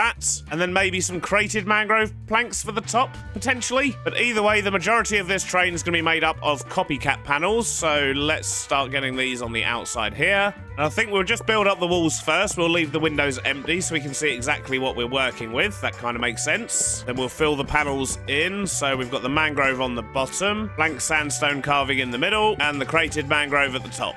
And then similar to what we did on the other train, what I'm going to do is put in some of these sort of half slabs across the top using a different mangrove block. This one is the detailed mangrove planks. Yes, that colour's working really well. I think that's definitely what we're going to go with. Let's get some windows in, and I'm thinking if we use these sort of light grey ones here, that could work quite nicely. Now let's just build this up on the other side as well so we're matching. Okay, looking good. And now we want to do a roof. I think we want that to be slightly raised in the middle, then sloped, and then maybe sticking out just a tiny bit. Yep, I think that roof works well, but let's just attach it with some levers, maybe stick a lantern on, get some stoppers on either end, and then apart from some doors and an interior, I think we're done. That's a pretty nifty looking carriage. But the interior should be fairly straightforward if we just dump down a bunch of seats like this. And between some of those seats, we'll just put in some small dividers. We'll grab some wooden brackets. I think they're going to work for this. And what I want to do is put these in here and... Can we remove that? Maybe do that?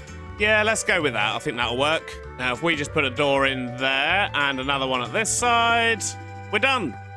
Train interior sorted. In fact, that means the entire carriage is now done. Awesome. All I need to do now is add a couple more. And a short while later, we now have 3 carriages, and I'm much happier. But I do need to glue the whole thing together, assemble it, and hope it works. I mean, let's be honest, I'm probably going to leave something behind when I glue it. Think I've got it all. Let's give it a go. So, assemble train. This one's going to need a name as well, folks, so suggestions in the comments. That was very close. That zombie almost got me. Jeez. Now, let's do a quick lap and see if we've left anything behind. I think for the first time ever, we might have actually got everything first time. Well, that's awesome. I'm very pleased with that. Although, what we do need to do is maybe move the station forward a bit because the passenger carriages are not actually completely on the platform here. And it doesn't matter about the engine, of course. So, let's pull this dude forward to maybe about here. And once again, this area still doesn't have a name at the moment, so we're just going to call it Docks. But I can't wait to see your suggestions for naming this area. Now, the last thing to do is to grab a driver, and I do like using the flies in the trains because when we use those, we can reach over them and still grab the controls. Where'd he go? I've lost him. There he is. So you can now live in there. And let's make you a quick schedule. And I think with this train, we're just going to go to Beardstone Valley, Timberholm, and the docks. I don't think we need to go anywhere else. We already have a different train that goes to the Savannah. So if you want to get from here to the Savannah, it just means you have to go via Beardstone Valley. But that's en route anyway, kinda. Right, you, off you go.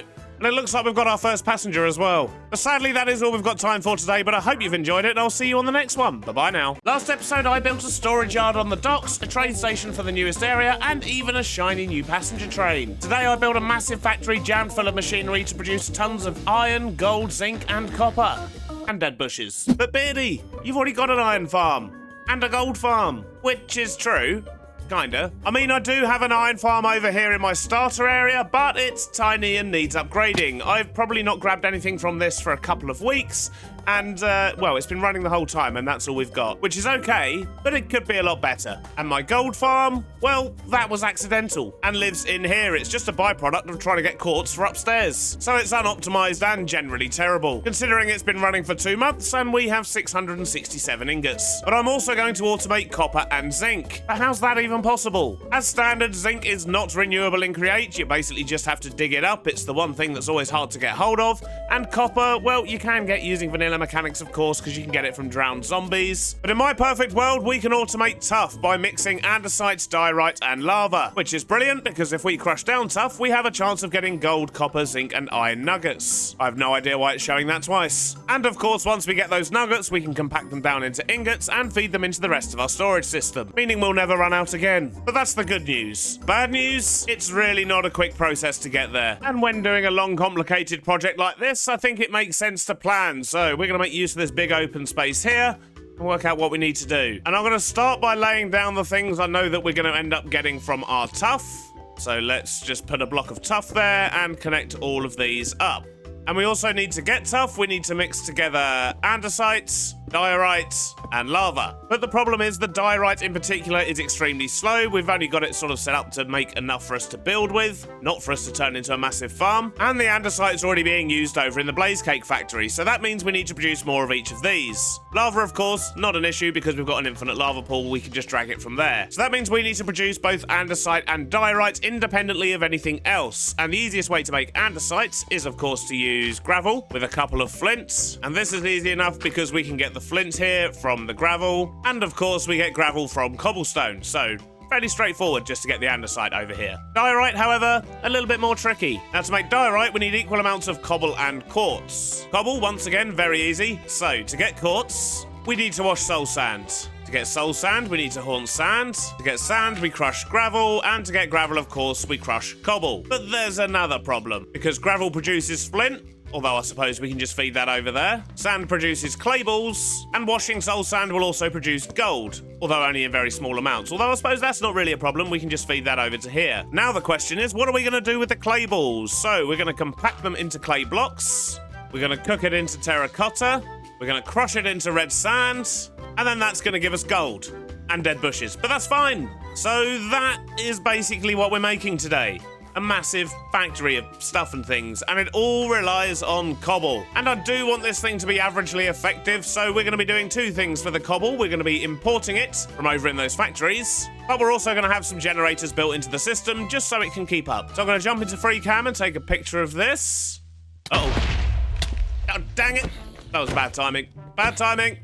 Get out of it. Go down that hole. Oh man, it destroyed my little diagram. Trying to take a picture of that. So I've slept and I'm hiding on a nearby rooftop. Let's grab that screenshot. And I guess we should probably build a giant factory before we begin and then try and cram everything in. That's what we usually do. And I am quite liking this area here for a factory. It will kind of connect the two areas together. And it means I can finally deal with this horrible road. I really hate this road. So much so that before I did anything else, I tore that road out and moved it off to one side. I then marked out a foundation and built the platform level with the upper section of the area. But as I was building the sides, I realized I could make this area a little bit more interesting. The idea was to have a basement pickup area for the produced resources. So I lowered the ground, added a road that will eventually connect up on the other side, and now I have a great big platform with nothing on it. I do really like the idea of having a sort of collection depot area down here. And as I say, we're going to feed that road all the way through and connect that back up on this side over here. But I'm hoping that this giant space we have here is going to be enough to actually build all of this. But as usual, because I like making my life difficult, I think I want to build a building before I try and cram everything in it. I want to make sure it's going to look good from the outside, and I don't really want to be restricted by the machines. So yeah, we'll just sort of cram stuff in where we need to. And palette-wise, I want to try and avoid using the same sort of blocks we've got over here and here, but have a similar kind of palette that still ties in. And in fact, with that in mind, I might grab more of these blocks here. What were these? Umber bricks, which I think are made with scoria. Yep, that means we can make loads of these to make a giant building. And my plan to get this building up is going to be loose. At best. I'm basically going to plonk down a big square and then start attaching other squares to it with different materials, and then hopefully at the end of that we'll be able to tie it all together and make it look like a nice building. It's pretty much been my building process for most of this area. Right, let's stick all of them in there, and that should make us all of the umber bricks we're going to need. Well, this should be more than enough to get me started. We'll just let them keep producing in the meantime. But I'm also going to need a secondary block that we can use for sort of pillars and things like that. Do we use tuff or stone or something? Maybe we could use some fancy tuff blocks. Let's try the thick inlaid tuff, and maybe actually try the pillar tuff blocks as well. And we'll just see what works. We'll take a few framed blocks as well, just so we can mark out some windows and things. I think this should be good to get started. And it's raining again. Quick nap later, and we've cleared up the rain. So I think the sensible thing to do is work out a rough size for this building. So for the main building, maybe about that sort of size, and then that leaves some space out the front and around the side for a bit of decoration. But I should probably figure out how these walls are gonna look, and I did bring these tough blocks with me. I'm wondering if we can use these to make some form of sort of pillars or something. I think what I'm gonna do is maybe just sort of build up this corner and a small section of the wall, see if we can get a design we like, and then we can sort of repeat that all the way around. I think that's gonna make the most sense for us to do. We did bring some of these walls with us. Maybe we could do something like this. Do we want double wide pillars, or is that going to make things awkward? And how's that going to work on the corners? Maybe I should fill in this bit as well. Okay, not bad. I quite like the colours. I think that could work. But let's add a great big window. Actually, let's take this all the way to the top. I've got an idea. Okay, it looks potentially a little bit tall at the moment, but what I'm thinking is we can maybe put another ledge up here. Something like this, just as a trim for the roof. Not bad, not bad. I think it's coming together. But if we're going to want to put windows in here, because we've got an arch at the top, it does mean all the walls are going to need to be double thick, which means we're going to need a lot more of these bricks, I guess. But if we get those in, and let's go grab some glass. Oh, we can steal that from here. But I do want to dye the glass and make it look nice, so let's maybe head back to our main area and see what dyes we've got. Well, we've got lots of black, white, and greys. We've got a bit of red and blue. Well, I say a bit of red. We've got loads of red, and we've got some blue, tiny bit of orange. Maybe blue? I don't think we should be using red with these bricks. I don't think that's going to set it off very well. But before we start dyeing glass, can we test... Okay. So we've got some blue stained glass and some light blue glass. Maybe we could use, like, a combination of these things? How does it sit with these bricks? Oh, it's quite nice, actually.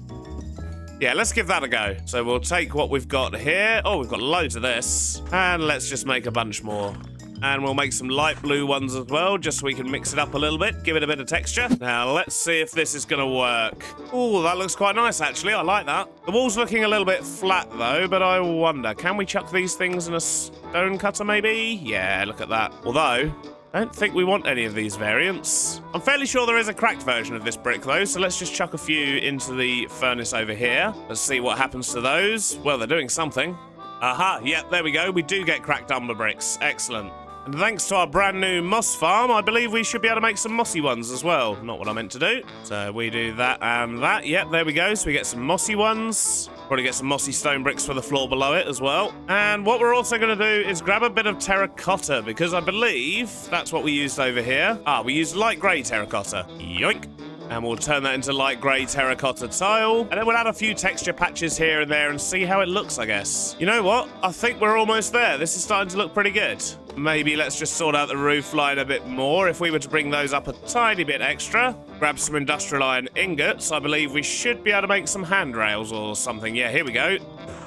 Oh, maybe not that many. Got a bit overexcited there, but we can run this rail across the edge of the roof here as well. And what do we think?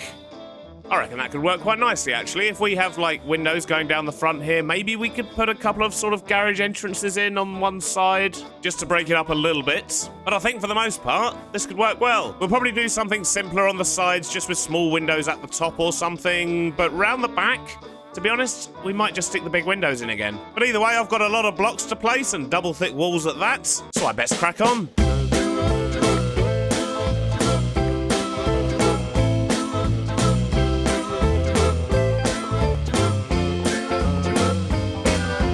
That's one side down. I think this is going to work quite nicely. We'll have a foot entrance here. We'll have a couple of sort of dry-the-uppy bits that, to be honest, I don't think we're going to use, so I might just sort of put the doors up on them. But let's sort out the rest of these walls, shall we?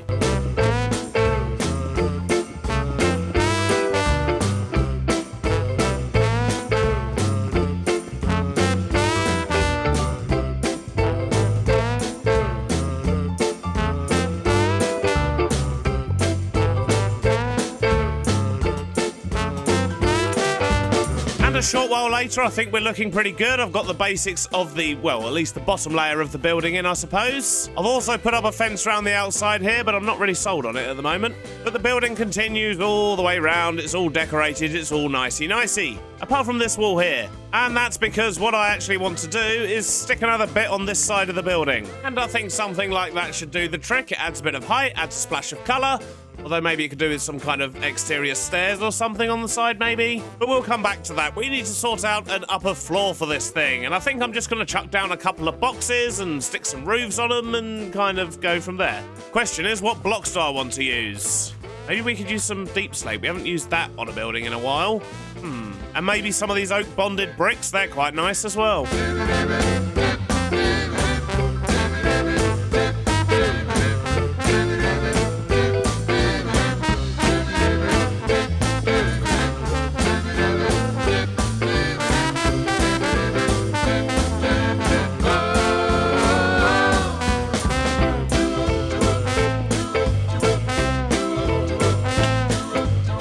Progress is being made. I think those little buildings work quite well at the top there, but it still needs a bit more, really, doesn't it? I think we could do with a couple of big old chimneys here, maybe a couple of tanks or something on the roof, and I really think I do want to get a staircase in over on this bit. But then we might have a building that hopefully we can fit all of our machines inside. I mean, we do have 2 floors, so I think we should be okay. And this is a pretty big area in here.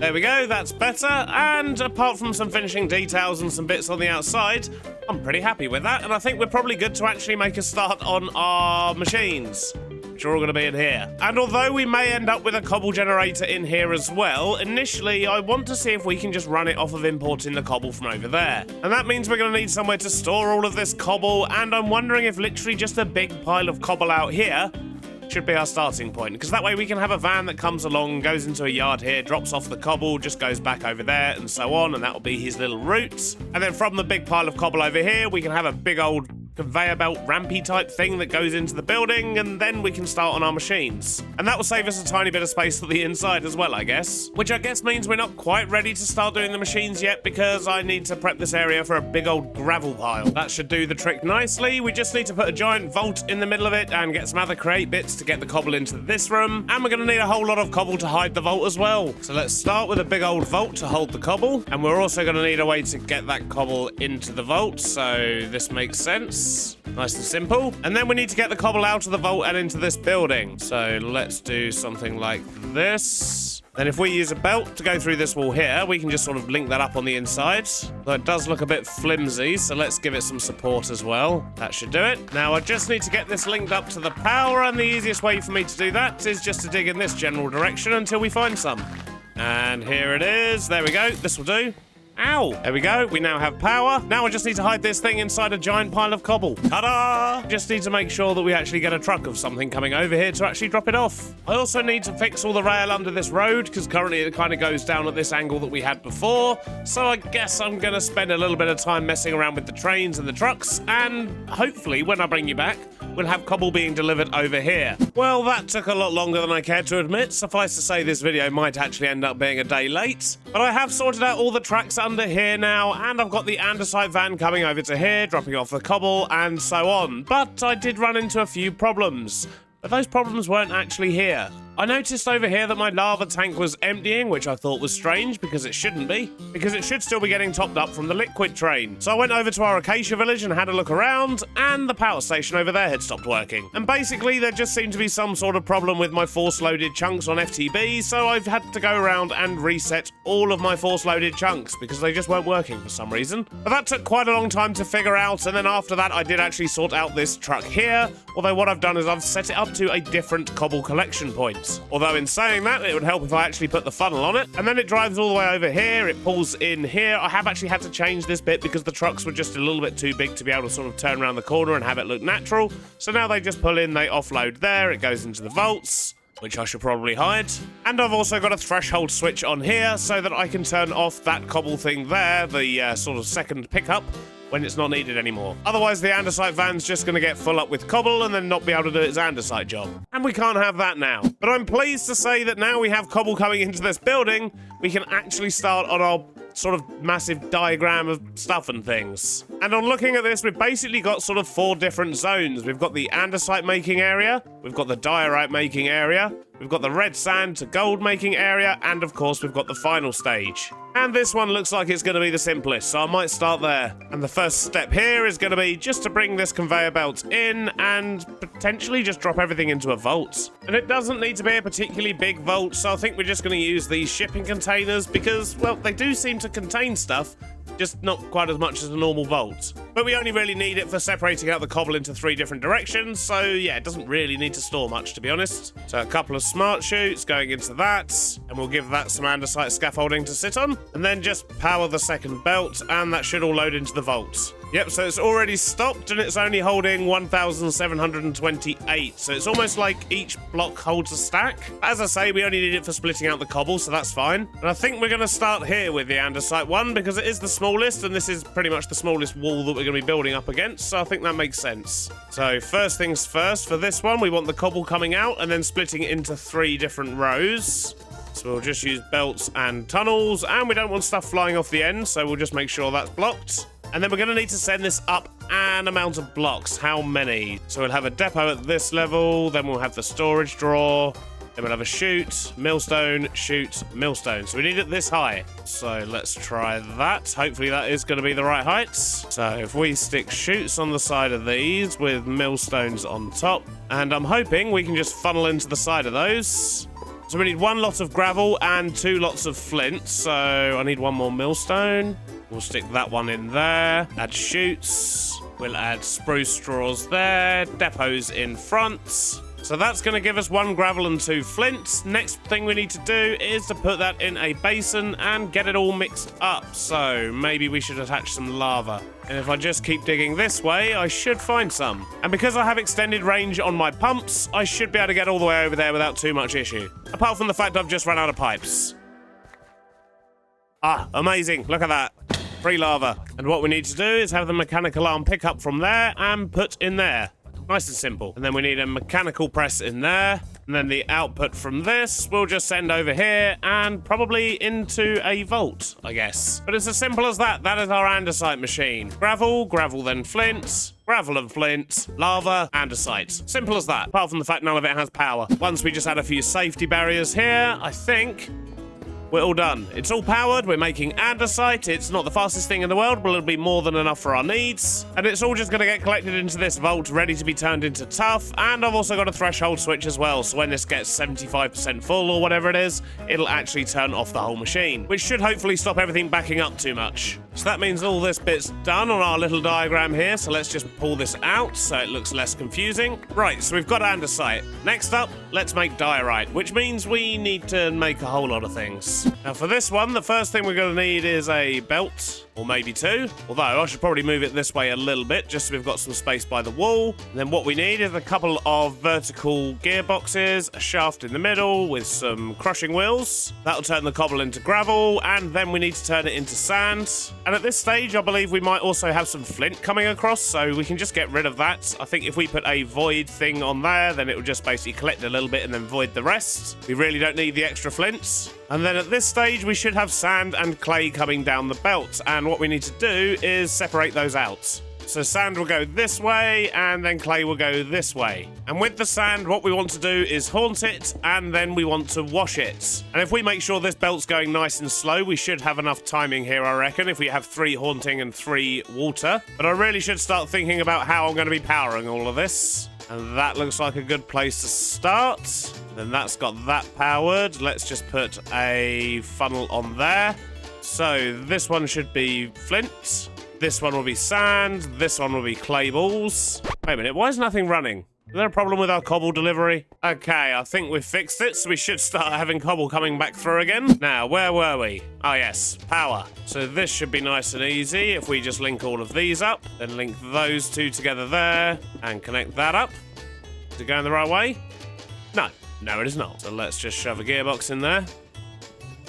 There we go, much better. Although it's a bit windy, so let's grab some glass. Oh, there's just been a train crash. What now? What are you doing crashing over here for? This area's never been a problem. Right, I think we just needed to brass that one up, that's all. Hopefully we won't have any more problems with that. Now, where were we? So what we need is a storage drawer there. And for now, that'll be to collect our gold nuggets. And I also need to make sure this here is nice and slow. And I think if I was to do this and this, set this to 8 and stick a large cog in here. Oh, it's going the wrong way. Let's set it to 8 going in that direction. And that's going nice and slow, hopefully slow enough to cook all the sand and wash it, but I guess we may as well test that. Let's go get some soul torches. Or soul campfires, actually, might be even easier, and I think I've got what I need to make them. There's it that, and some logs. Yep, there we go. So we'll have 6 of these. And we're going to need water for these ones, so let's just make sure it's all going to be nicely encased. And I'm hoping I can put water next to a fire. I don't think that's going to cause an issue. And hopefully that's going to be enough to sort out our sand. Let's do a quick test. This one here isn't going. That's never going to work. There we go. It got haunted in time, and hopefully it will now get washed in time. So we should end up with gold in here and quartz on the floor. Yep, there we go. There's the quartz. But apparently we didn't get a single piece of gold from that. Really? Oh, and here we go. We've just had a cobble delivery, so everything's kicked into action. Now, for this next bit, we need a mixer up here. We need a shaft there, and another one here. Connect those up, and stick a gearbox in there. And then funnels on those. Same on that. And we need one of these, and a couple of these. There we go, and that is making... Oh, no, that's not what we want. Right, okay, fair enough. We need mechanical crafters. So let's rejig this a little bit. If we do this and stick a drawer there and a drawer there, we'll have that there to take in all the quartz. And this one here to take in all the cobble. And then we'll stick a couple of depots here. And if we have mechanical crafters, say here, for example, going that way into another drawer, and if we grab a mechanical arm to take cobble and put it in there, and another one to take quartz and put it in the opposite to, which I think is that one and that one. Guess we'll find out in a minute. And there we go. Now we've got power. We're making diorite. And that brings us one step closer to what we need.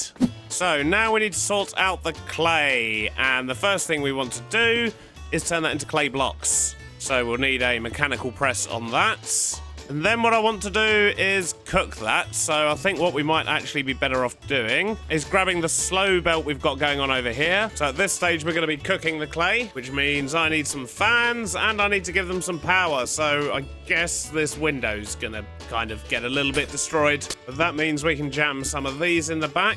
We'll fix the outside of that later. Let's make ourselves nice and safe as well from the wind. Then once we've cooked it into terracotta, we need to crush it down into red sand. And then once it's red sand, we need to wash it. And then for now, we'll have the results of that go into there, and that should give us dead bushes and gold, I think. So we've had some terracotta go through, now the red sand's being washed, and it looks like we are in fact getting the gold and the dead bushes. The system works. And of course, we're also getting many, many diorites. So I've cleared up this side of the diagram, and this is all we have left. We just need to mix andesite with lava and diorite to get our tuff, and then crush that to get these things. And that should be nice and simple, hopefully. What we'll do is we'll mix this over here, just so we've got kind of a central area by the entrance, which means we're going to need to get the andesite and the diorite over here. So let's pick a spot, say here, this will do. And we need to get some lava connected up over to the other one, which is just over there. Maybe not connect that last one yet, otherwise we'll have lava spilling everywhere. Then we'll raise that up, stick a basin on top, get that connected, and yep, you can see the lava flowing. And we're going to need a mechanical press on top to make the tuff. So what we need to do is we need to get andesite from there over to here. And I'm thinking we can probably just do that with some belts. So we'll bring one up to there, and then another one across to there. Stick a funnel on that, and of course make you look nice. Well, I don't know, that does feel maybe a little bit low. Kind of blocks this doorway a little bit. I wonder, maybe what we could do is just move it over by a block. Okay, that's better. So that'll bring the andesite over just fine. We'll probably want it exiting over this way. So let's just stick a belt in there. But we do still need to get the diorite in there as well. I wonder. Maybe it's finally time to play around with some weighted ejectors. We'll just throw the diorite into there, I think. So let's think about this. If we were to have a weighted ejector that launched things into... Nope, that's not how you do it. Crouch click? Yeah, there we go. So if we launch things into there from there, that's in line. And then we'll launch things to here from here. We'll set the eject size to 2, so it just does a couple at a time. And now we just need to get power to these, but I want to make sure that it's independent of the other systems, because as you can see, these ones are getting turned off. So in fact, we must be full on both diorite and andesite, because yeah, everything's turned off. So with that in mind, let's take this underground. Well, this seems to be working a treat. We've got everything going in here, and as soon as I clear this block here, it will actually make more tuff for us. Like so, and that means I just need to crush this and then store all the stuff. So we'll squeeze in some crushing just here, and from this we're going to get 5 different things. We're going to get the 4 ingots, and of course we're going to get flint. To get this last bit running, I think we just need to do that. We should start getting all the things. Yep, there we go. Although I don't like that order. That's better. And we've finally automated copper and zinc, which was, of course, the main aim of today.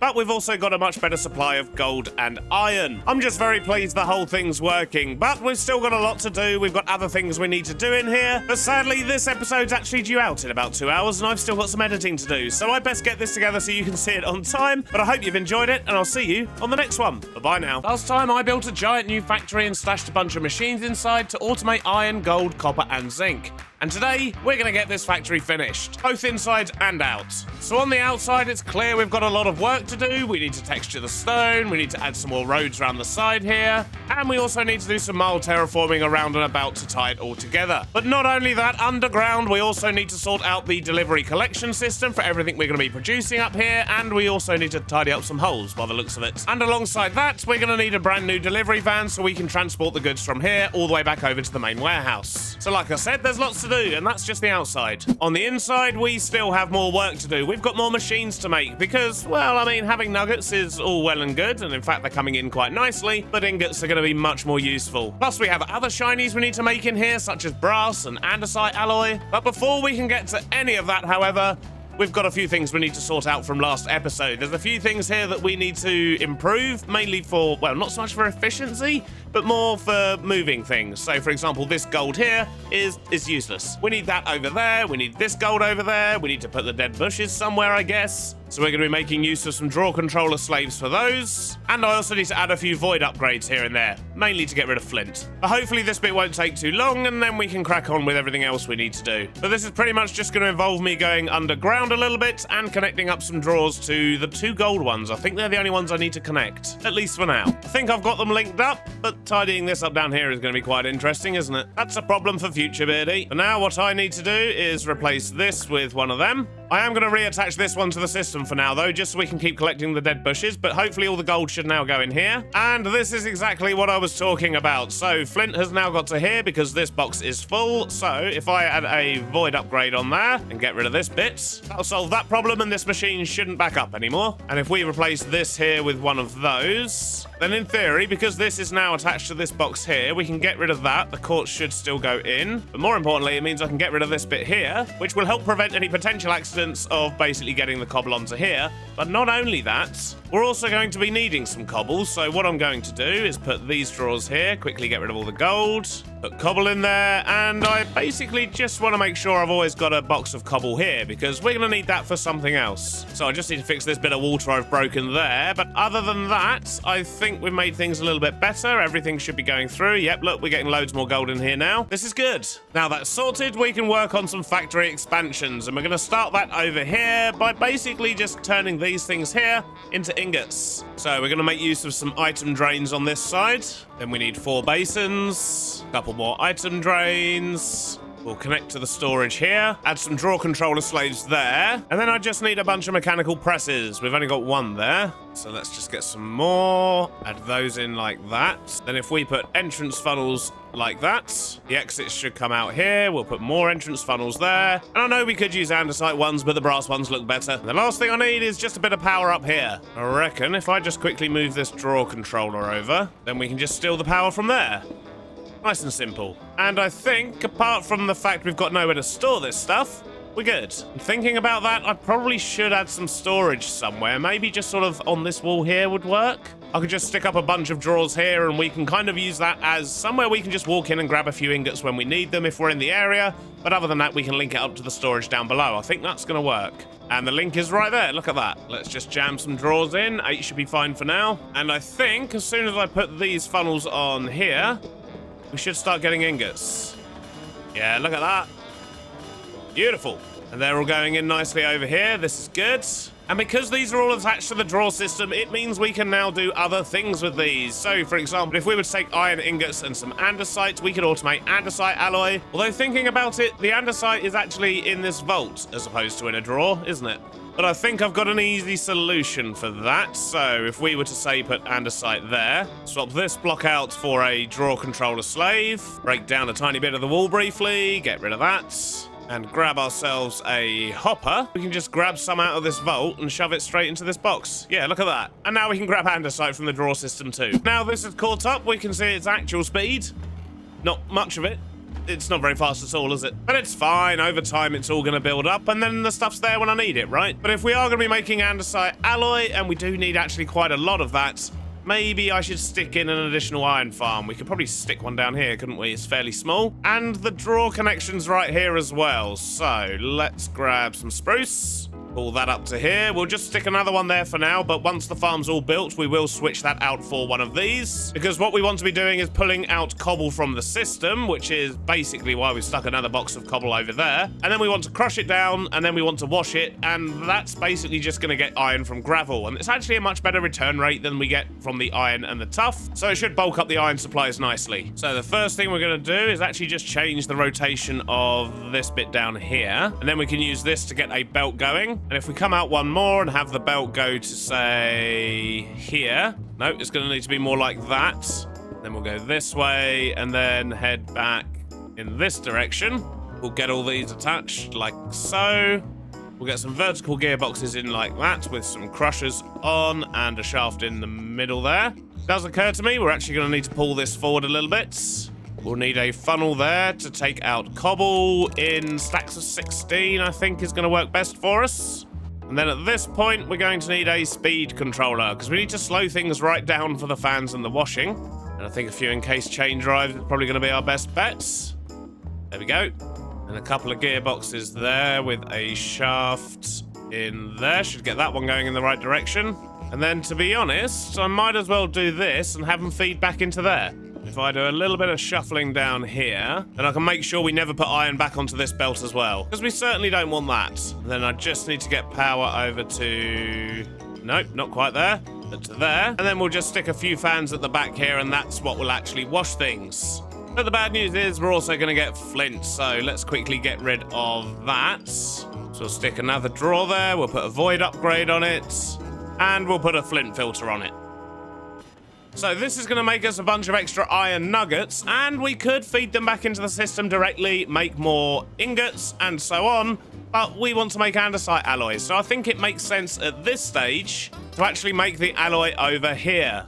And to make it, we just need iron nuggets and andesite. Nice and easy. I mean, we could use zinc, but iron's going to be quicker. So if we put the bowl there with a mixer on top, have a funnel going in from that side, which will be for the iron nuggets. And then we'll have a funnel coming in from this side, which we'll put in the andesites. And that should be nice and simple with a couple of item drains, and we'll just connect this up to the drawer system. Just like that. Once again, I will replace that with one of these sort of drawer controller slaves once I've got all the filters set up, but this just saves it spewing stuff out from the system that we really don't want it to be doing. And that should be facing that way. So we want this one to spit out andesite. Maybe we just want kind of like 4 at a time or something. We don't want loads at once. We'll stick a filter on there just to make sure that's what we're going to get. And now I just need to get power to this. And these are looking nice and fast. Maybe we can leech some off of this. So this should, in theory, make andesite alloy for us. Looks a bit messy though, doesn't it? But let's make sure it works first. So if I get rid of that and I put down a drawer controller slave, we should start getting cobble. Excellent. That'll get crushed down into gravel, which then gets washed. That's going to give us, yep, flint. We know. Go away, flint. So that's all going to go in there and get voided. The iron nuggets will carry on. And if we put this here, we should get andesite. And then this will give us andesite alloy. Excellent. But it doesn't have anywhere to go right now. So let's quickly take one of those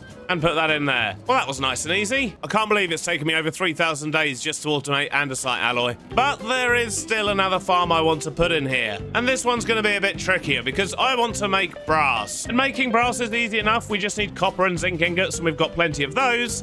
but the problem is we also need to heat it. So we're going to need to make a small area where we can sort of feed lava buckets into it, or blaze cakes or something like that. And then we need the contraption itself, of course. And I'm hoping we can fit it in this area here. It might be a bit tight, but we can probably get away with it. And in thinking about a layout for this, if we were to grab the copper from here and the zinc from here, we can have a mixing bowl on this corner, and then we can just have a mechanical arm feeding it lava that we're sort of pumping in over here. So in fact, this should be quite straightforward. A few minutes later, I think I'm just about there. So I've hooked up the lava across the roof here. We'll obviously make it look nice later, but that's grabbing lava from the same place this one is. And then with the arm, we want him to take items from there, put them in there, and hopefully put the empty buckets in there when he's done. Let's see if he's going to do his job. I mean, kind of. He's a bit sort of stuck in a loop. That's not ideal. So I think what I need is just 2 buckets going around, because that way he'll take that one and then that will fill up and so on. So that should stop him, just an extra bucket. And look at that, we barely took up any space at all. Now I just need to replace these with these again. And yep, there we go, the copper's coming out. And same thing here, and that should start bringing out the zinc. And now that's mixing. Come on, yes, we've got brass. And then we'll store this over here. Wonderful, we're getting all the shinies. Now we'll just stick up a few safety rails. And I think machine-wise, the factory is now complete, at least for now. And we've actually still got an entire upper floor should we need it for anything else later. But knowing me, it'll probably stay empty, and we'll probably just make another building for the next thing. But I do still need to make this area look nice, because currently, well, it does not, really. So I'm going to spend a little bit of time decorating the interior of the factory here. We'll sort out the floor, we'll sort out the ceilings, we'll probably sort out the lighting as well. And then once we've done that, we can move on to the outside and, of course, the collection system down below. Because ideally what I want to be doing is linking all of this up into the main storage warehouse, although I think we already have gold over there maybe. But I guess we're not going to start backing up on the zinc and the copper over there until we're filled up on brass. So it could be a while before we end up with a backup of that stuff. But that's fine, because brass is more important than these two anyway. Right, enough waffle. Let's make you look nice.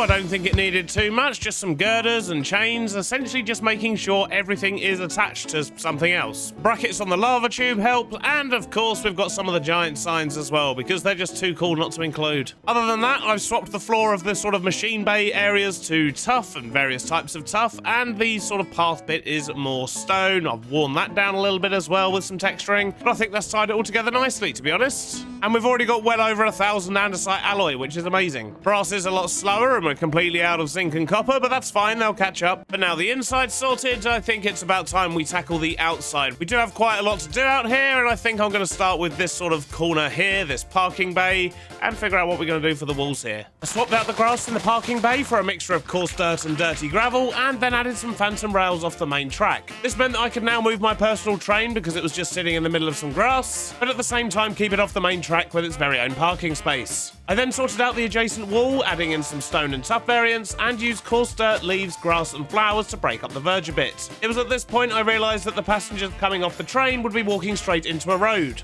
on a bend. So I rotated the stairs at 90 degrees for safety reasons. I then textured the road from the dock entrance, working my way along the front of the new factory, first sorting the road and then texturing the platform. The addition of a few crates and some general clutter finished the look, and now from this angle everything's looking pretty good and nicely polished. But now we need to tackle this side, because what we need to do is bring this road that runs sort of under the building, we need to bring this round the side here and then connect it up to here, I guess. So we might end up with a bit of a weird junction here, but let's see what we can do. I once again started on the roads, connecting the top area in a sweeping curve down to the bottom, and then stared at the janky junction. I made a decision to wall it off, dump down some coarse dirt, and add a few containers, and I think that kind of works. After messing around with the underground rails for absolutely forever, I eventually managed to get the trucks moving around on the new roads correctly, and textured everything up, including a part of the rail yard I apparently missed weeks ago when I last built round here. I then textured the back of the building, building, and once I place these few blocks here, I think we're actually done with the exterior now. I've managed to hide the damage we caused last episode when I was building the machines inside, but I think we are actually completely done here now. And it's certainly all looking a lot better, but this road here, trying to get this linked up to that with the tracks, that was an absolute nightmare. Because of the going uphill, going around corners and S-bends, and then all of these weird turnings here, and the fact the truck still needed to get down there, it has ended up looking quite messy down here, but that's fine. It's all underground and it looks good from up top.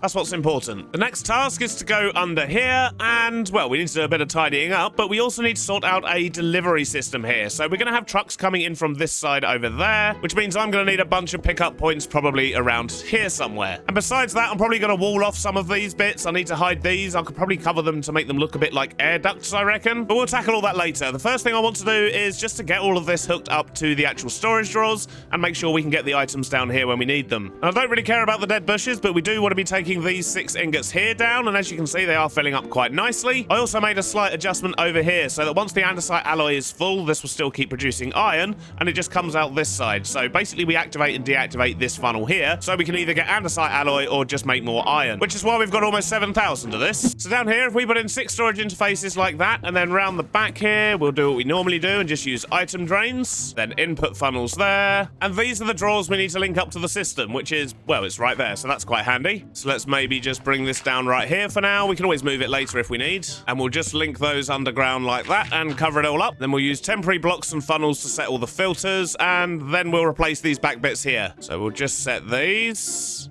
and replace these, and we should start getting what we want out the front here. Yep, there we go. So they're all set up, ready to have a truck come along and pick up everything. But I do need to figure out how we're going to make this look a little bit nicer. And I think the first thing I'm going to do, as I say, is just wall off some of it. We don't need the area to be quite so big down here. I think it makes sense just to mark out some bits and bobs here first. So I might actually just have a wall that sections off this area right here. And we can bring that all the way up to the ramp. Basically, this bit here is particularly messy, so I think we can just hide that whole thing. And I don't think we need it to be as deep as it is here either, so maybe we can sort of cut it off along here somewhere. And then we'll have a wider area here where we can store some sort of bigger containers and things. But I'm also going to bring out this side here, just so that the ramp doesn't look weird and exposed, which I guess will match on that side. And we'll do the same over here as well, just make sure it matches. There we go, that's going to look a lot more contained and would basically give us a lot less stuff to have to deal with on the ceiling, which is nice. Let's just quickly fill in some holes. And I guess I should fill in these walls. We'll get them textured later. For now, let's just block it all off. And there we go. I think that's a much better size to be working with. What I need to do now, though, is decorate all of this. Make it look good and try and make it look like it belongs. Which means road, ground, probably a bunch of boxes and containers. We need to get some brackets to attach things to the roof. And, of course, I need to do a whole lot of texturing. Let's play some funky music and get this done.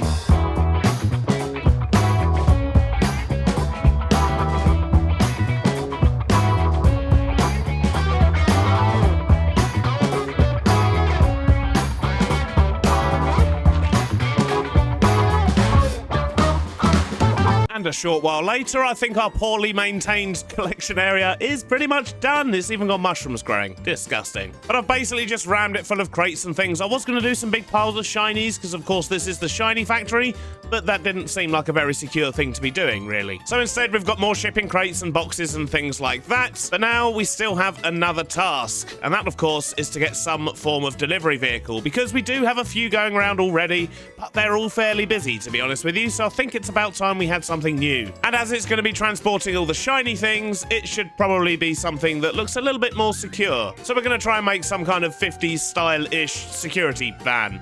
I don't know how this is going to go. But I'm going to need to head off and grab the right resources for this and find somewhere to build it. To be honest, I'll probably just slap a station down on this road. There's loads of space here. So I've got a bunch of stuff. Let's build a van. And we're just going to build it down here by the docks, because I already had a station down there that we can use. And because we want to make sure that this van can connect up to all of the same sort of collection points as everything else, we're going to make sure that the storage interfaces are in the same place. But I also don't want this van to be quite as long as the other vehicles, so I guess we won't have one that sticks out the back. We don't need this van to reverse up anywhere and sort of drop stuff off from the back, so we'll just ignore that one. Let's just get the frame built up, and I think, do we want to do maybe industrial iron for these?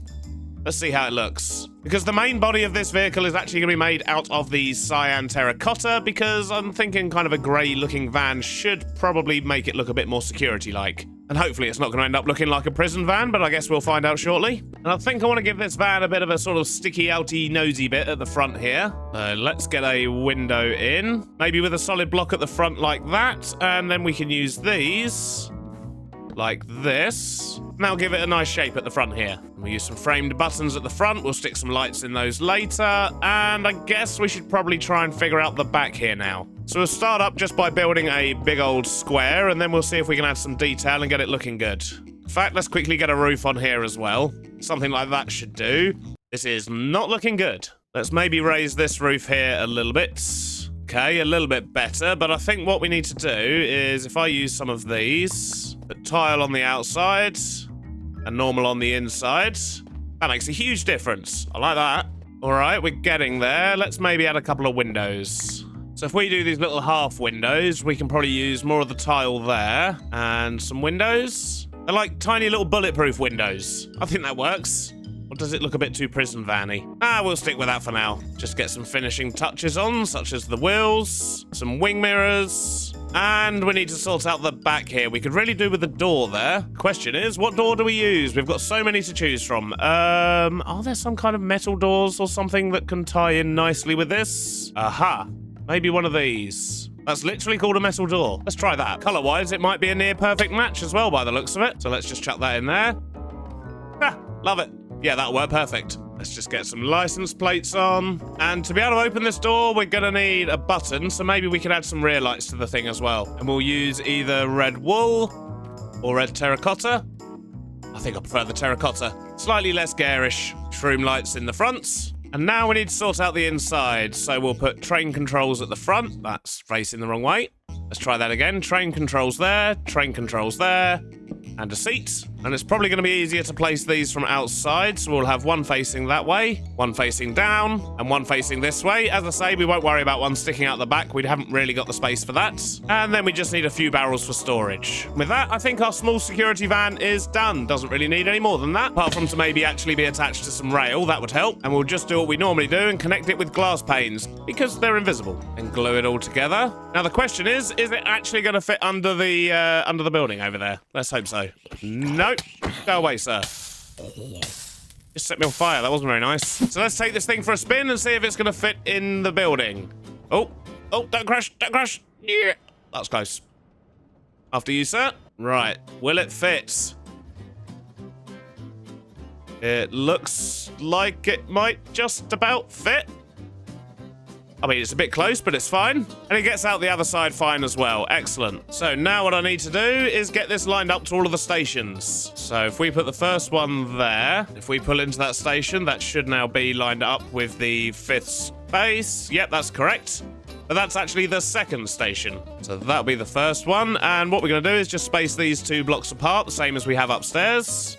And then what we need to do is just set up the same redstone we normally do, so that when a train actually pulls into the relevant station, that's when it activates the storage things, because otherwise it's going to pick up random stuff as it drives past them. But we've done this enough times and we know it's fairly easy to do. We just need to take a comparator signal off of the stations, redstone torch on this side, then a redstone link, and then we just need to add some signals. So the first one is zinc, and then it's iron, brass, andesite alloy, gold, and copper. And we're going to use these random triangles here just to give them a unique signal on the second part. Got to make sure they don't clash with any other redstone signals. And then we just need to match these up here. Now, when it pulls into a station, it will collect the resources. Excellent. So let's just disconnect that for now so it doesn't fill up on iron. Now, what I'll need to do is to name these stations. And what we're going to do is use a similar format to what we did for the delivery vehicles, where it was all called D1. We're going to go with S1 for this because it's security. So we'll just call that S1 zinc, S1 iron, and so on. So that's all of those named. We'll get all them labelled up as well. Okay, so now we need to sort out where they're actually getting dropped off to, but that should be simple enough. And a short while later, I've actually shrunk down the vaults over here. We don't need to be storing anywhere near as much of these things, although I have left the iron one nice and big. And if I set this signal here to match the same one that we've got over there, it means that when this area here is full, it's going to stop picking up iron from the van. This will basically lock the same storage interface that we just locked with the stations. So let's quickly get this van out of the tunnel. And then we need to find ourselves a driver. Here we go. Tasmanian Devil, you'll do. You wouldn't mind sitting down in there, sir? And now we'll just quickly make him a schedule. So I think we've got the schedule set. He's going to go to all 6 of the collection points here and then go to the drop-off. Hopefully that should work. So off you go, sir. And this road here is actually one way, so he's going to have to sort of loop all the way through the yard, I think, at the start here. But he seems to be finding his way just fine. This is good. And then down into the tunnel. Good stuff. And now he's collecting all the things. Look at him go. Now he should come up this way. And then lastly, he should come to this drop-off point here, and hopefully I've chosen the right station for him to stop at. And no, I did not. So he actually needs the second drop-off station. Basically, the first truck I built wasn't to the current specification, so it uses a different one. I mean, I could go back and change it, but I'm not gonna. Right, there we go. He's where he's supposed to be now, and hopefully once he's done, he'll drive off and just keep doing that loop. But as usual, I also need to make sure I'm not causing problems with the other trucks that are already running. I mean, there appears to be a bit of a traffic jam going on at the moment. But as long as they don't actually crash, we're all good. So let's just watch them for a bit like we usually do after a new vehicle is made.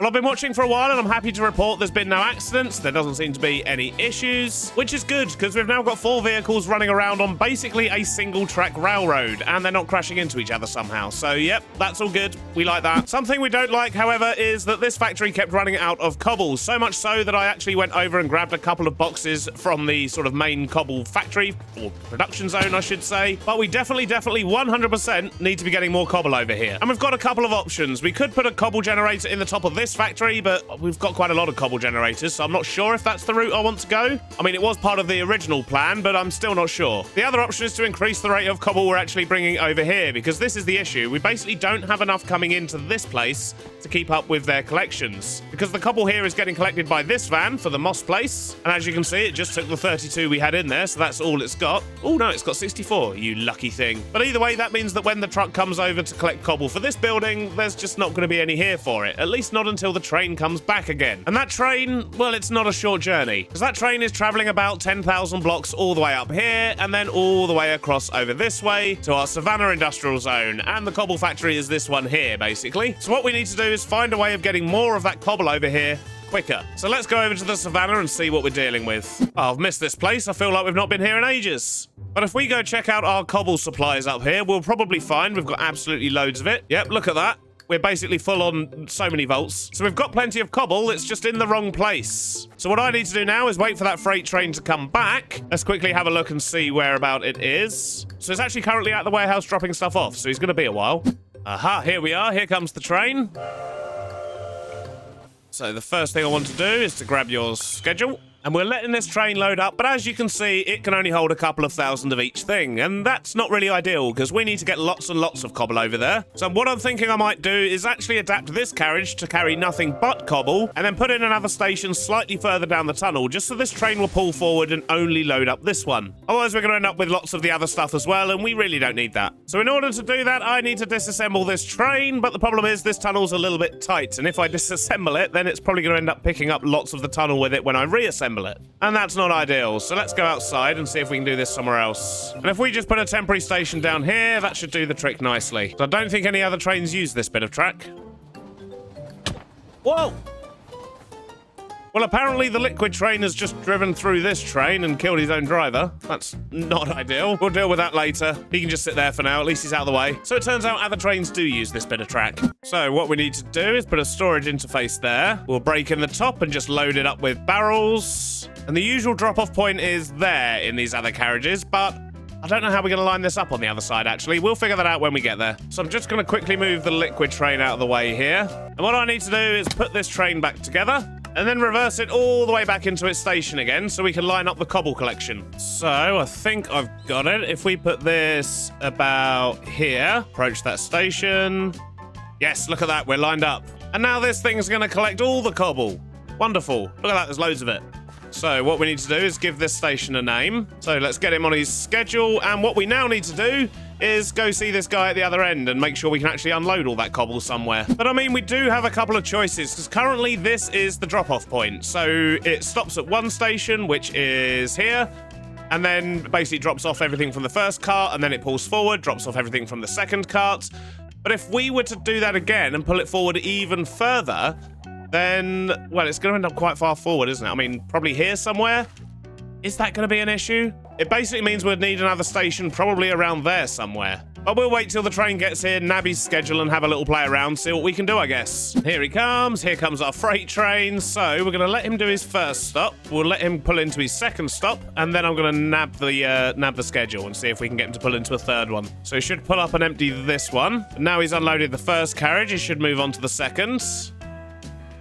Just like that. Okay, let's go grab his schedule. And then once that's empty, we'll line it up for the third. A little bit of back and forth later, and we've got it all sorted and connected, and now we're going to be getting a whole lot more cobble over here. But it's taken me that long to do it. We've got a bit of a traffic jam going on here now. Everything has stopped. And I'm hoping that the factory can keep up, because it should be bringing in sort of 12 to 15,000 cobble at a time, instead of previously where it was bringing in like 2,000. 17,500. That's not bad from one delivery. And if he brings similar amounts to that every time, then we're probably going to run out of cobble at the other end. But whatever, that's fine. We'll deal with that if and when it happens. But the good news is the factory's finished. We've got lots of shinies being produced. We've got a new van that's dropping it all off, and we've made everything look nice as well. One last thing I do want to do is to name this train, and of course, name the area. And there were a lot more suggestions than I expected, so I have taken a bit of time to narrow it down and finally made some decisions. So we're going to be calling the area Viridium Shores because, well, so many of the buildings are made out of iridium, it just kind of makes sense. So thank you very much to Pretzel for that suggestion. And we're going to be calling the train the Seafront Runner. And a huge thank you to Dodanks for that suggestion. And apologies if I butchered your name. But sadly, that's all we got time for today. I hope you've enjoyed it, and I'll see you on the next one. Bye-bye now. Last episode, I finally got round to automating brass and andesite alloy. I built a security truck that could moonlight as a prison van,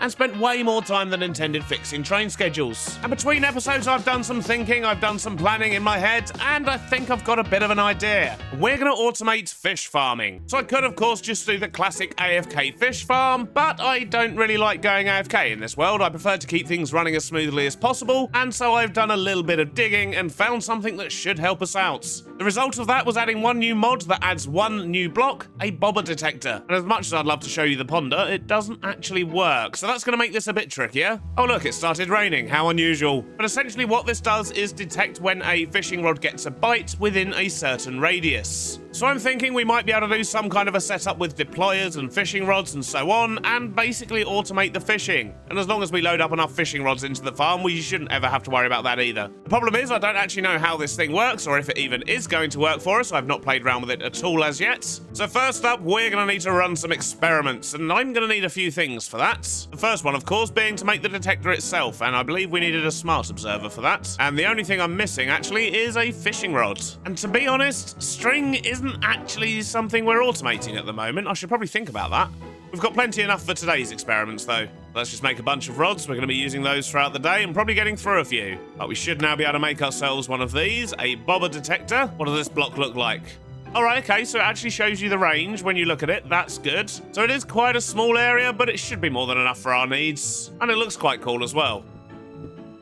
Although there doesn't seem to be any safe way to break it. That's not good. I have a feeling we might be getting through a bunch of these. So I think the best idea is going to be to go down to the docks over here and just see if we can get this thing working. There we go. Here's a nice flat area by the water. This should do the trick. So I guess the first thing to do is just create an area that we're going to be detecting in, and I guess that's going to have to do. Does that mean that if I just do that... Oh yeah, there we go. Look, we see it's lit up. And if I go outside the area, it's not going to light up. And this thing should give off a redstone signal whenever it gets a bobber detection. So let's just quickly test that. Oh, here we go. Okay, cool. So it kind of flashed a few times. Let's double check that, because I wasn't expecting it to go off more than once. Okay, I think it might have been. So that time it just went off the once. So I guess I'm going to have to put a delay between pulling it in and casting. But first we need to figure out how that works. So let's stick a deployer on there. We'll give him a fishing rod. And I guess we're going to need to add some power, aren't we? So if I just do that and stick a water wheel on it. Do we have one? Yep, there we go. Okay, so it cast out the... Oh, I don't see anything. But it is lit up. And now he's just drawn in again. So what we need to do is to figure out how to basically activate this only when it gets a detection. And I believe the way that these work, if I was to give them some power, so for example, let's stick that behind, it should stop. Yeah. And if I remove that power, it will do another cycle. But as soon as it gets powered, I believe it finishes its current cycle and then stops. Okay, perfect. So that's what we're going to use to our advantage. So first up, let's just give this a unique signal of double cod. And I've got an idea. I'm just hoping it's going to work. So if we do that... Oh, no, wait a minute. That's not going to work. What we need to do is we actually need to power this and then turn the power off when it gets a signal. Right, okay. So if we do that, that will keep it in a permanently powered off state. Then if we put a redstone signal there, set to receive... And I guess we're going to need to give this thing a kickstart. Can we just do that? Right, okay. So in theory, this is set up now. When that gives off a signal, it should power this block, which should depower that, allowing this to actually draw its rod back in. Let's just hope it works. It's a bit weird we can't see a bobber, though. This is unnerving. At least the green indicator light tells us there is a bobber there, I suppose. Oh, and here comes some fish.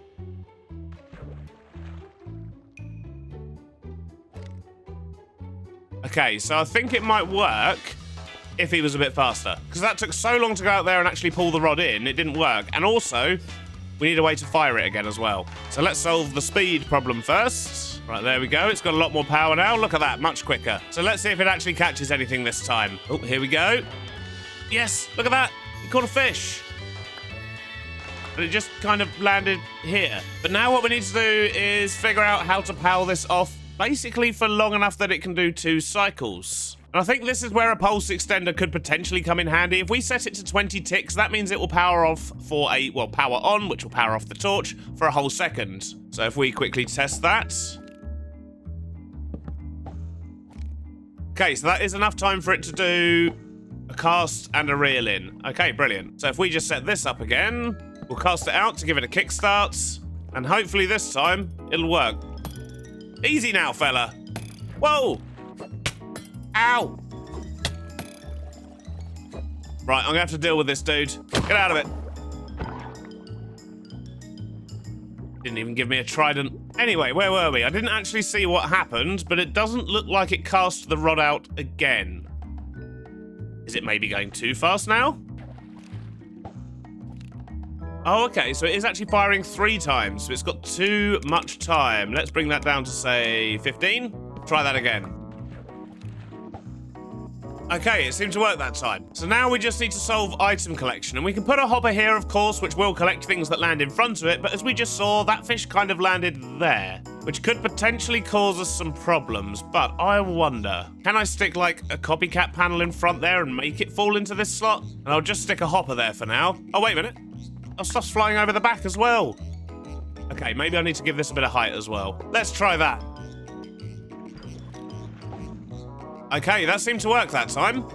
And we definitely caught that. But the question is, what are we going to do with the experience? Do we just ignore that? I mean, it's not like I need it, but I don't think there's a way to just randomly pick up experience orbs, is there? If you know of a way, do let me know in the comments, but I think we're just going to have to ignore those for now. But on the plus side, it looks like this system will work, and then all we need to do is filter this to make sure it's always got a fishing rod, and we can easily just stick a hopper on top and jam a load more rods in there and kind of just let it do its thing. And we're getting treasure items as well, which is nice, but yeah, I think this is going to work. We can probably tidy it up a bit, and I'm gonna need to figure out how we're actually gonna put these in a building. I guess I should probably go and have a look at some pictures of fish farms, because I don't really know anything about fish. Just like everything else I build in this world, I know nothing about it. I really need to get out more. So I've done a bit of research, I've looked at pictures of fish farms, I even watched a video about a really fancy new type of fish farm, and you know what I discovered?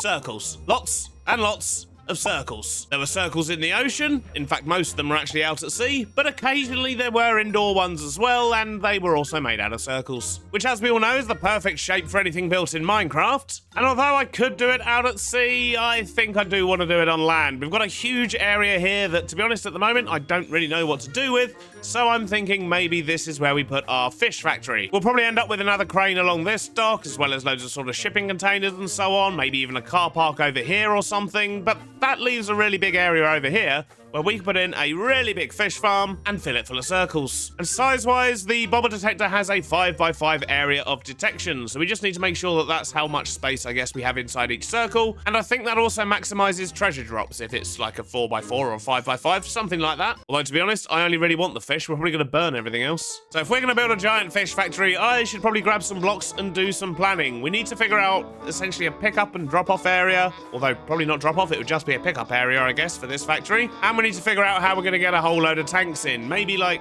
6 or so. I think 6 feels like a good number. But let's go grab some blocks and mark some stuff out. By which I mean let's build an absolutely giant foundation like we normally do. I'm going to start just by placing a whole load of blocks down here, I guess. Try and figure out a depth for the building. So maybe something about that sort of size, potentially. And I do want to have an area over here where we're actually sorting everything out. And this, of course, will be where we pick up the fish as well to take them off elsewhere. But to really work out the size of this thing, I should probably work out how big the tanks are going to be. And I'll just use normal stone, I think, for marking out the tanks. So we need to make sure that there's a 5x5 space in the center of every tank. So we're probably going to have to go something like this. And then that will leave a 5x5 area perfectly in the center. And we can mess around with these bits to actually make it a little bit more round, but I guess that's probably the size we're going to need. Then we're going to want some kind of a walkway in the middle, then we'll have the second tank, and then we're going to need more space on this side. So I guess the building's actually going to be a little bit wider than this. So maybe out to about here or so. And then that gives us a bit of space around each side of the tank, and it means we can have some platform before we actually get to the build. I think this could work. Let's get a platform in. And with that, I think I've got a platform down that I'm happy with. I've also sectioned off a bit out the front. The road's going to come up this way here. It's just going to go straight in. And we've got a couple of sort of delivery pickup bays here as well. So in my head, I'm kind of seeing this as 2 buildings. One over here that's going to have all of these sort of delivery and collection bits. And then the other one's going to, well, I suppose it's still going to be 1 building because it will be attached. But the other section's going to sort of come out here. And then inside here, of course, is where we'll have all the fish farms. And hopefully that's enough space, but we can always expand the platform if we need to, I guess. I'm not going to bother texturing the platform yet, though, because there's a very high chance I'm going to end up swapping out at least a good portion of the floor, probably in the fish farm area. So we'll just do that at the end. For now, I'm going to do a bit of resource gathering. I think I know what kind of a pallet I want to use for this, but I don't have everything I need. I need to get a bunch of warped wood, because I want to do a roof color similar to this. And I'm also going to need a reasonable amount of wool, and I don't think I've actually got that much, to be honest. Let's have a look. No, not really. I think I'm going to want to use light grey wool here. I've got a bit of an idea for underneath the fish tanks. But I wonder, can you actually wash wool? Is there a way to turn it back to white? Aha, yes, we can literally wash all the different colors and just get white wool. So I think that's exactly what we're going to do for now, because I don't have a sheep farm yet. I know, coming up on 3,500 days and no sheep farm, it's fine. I can't believe how many of the basics we're still missing, to be honest, but because I'm theming everything, it just takes a bit longer to do stuff, I guess. I mean, I don't even have a proper farming area to even put a sheep farm in yet. Although that probably is something we should consider soon if we do actually want to fully automate our food properly. That's given us 421 white wool, which once we get dyed up to grey, hopefully that's going to be enough, but I guess we'll find out later. But now I need to try and get hold of some warped wood, and I don't know how much we've got. We've probably still got some left over. We've got loads of the warped warp block. They'll probably come in handy as well, but where's the wood? Over here. Okay, we've actually got more than I thought. Maybe we'll get away with this after all. And now that we're swimming in andesite alloy as well, I mean, look, we've got over 15,000 in there. There's something else I want to try. And what I want to do is to make some of this, the andesite sheet metal, which means I need to squish lots and lots of andesite. But I think these look pretty good and should work nicely for the smaller building. And for the bigger part of the building that's going to contain the fish, I think maybe we'll steer away from using brick blocks and granite and things like that, which was my initial inclination, but we're actually going to go for these instead, to try these brick-bonded oak planks. This will hopefully mean we end up with something a little bit lighter down on the docks. Now then, let's just mark out some buildings and see how we get on. And I think that size is going to work nicely for us. We've got plenty of space for the 6 tanks. We've got space around them so we can put in some walkways. And we've got space behind them so we can put in the fishing mechanisms. We've also got the second building over here where we'll store and sort everything. And I think color-wise, hopefully this will work. But I guess we won't know till we build up the walls a little bit more. So let's stick on some music and get this done.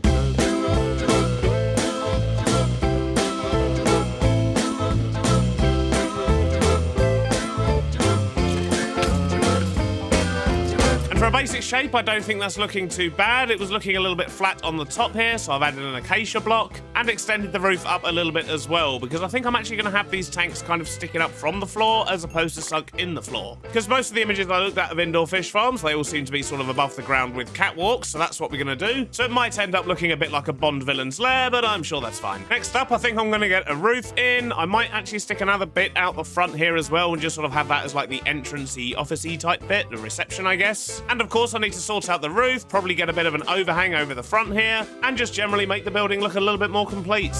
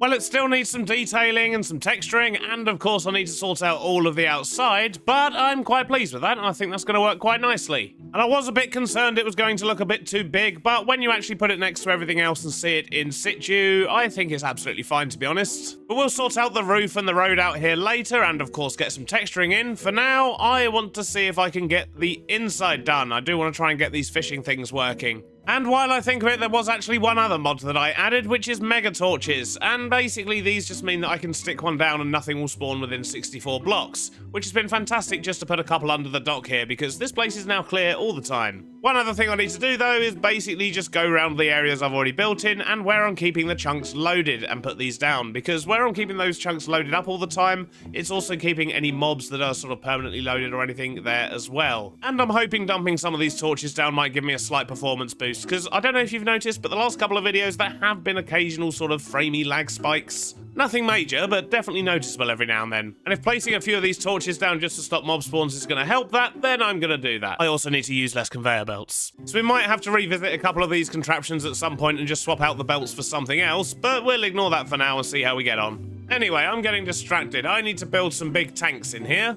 The question is, what do I want to build them out of? I think it's going to make sense to make them look metallic, so we're going to see what the iron blocks can do. And I think we have to put these in this table, the alchemy one, right? Yep, there we go. So the sheet iron blocks could work quite nicely. Or polished iron blocks, maybe? Plated iron block? Let's just have a look at a few of these different ones and see what we think. So that's the sheet iron. That's the polished iron.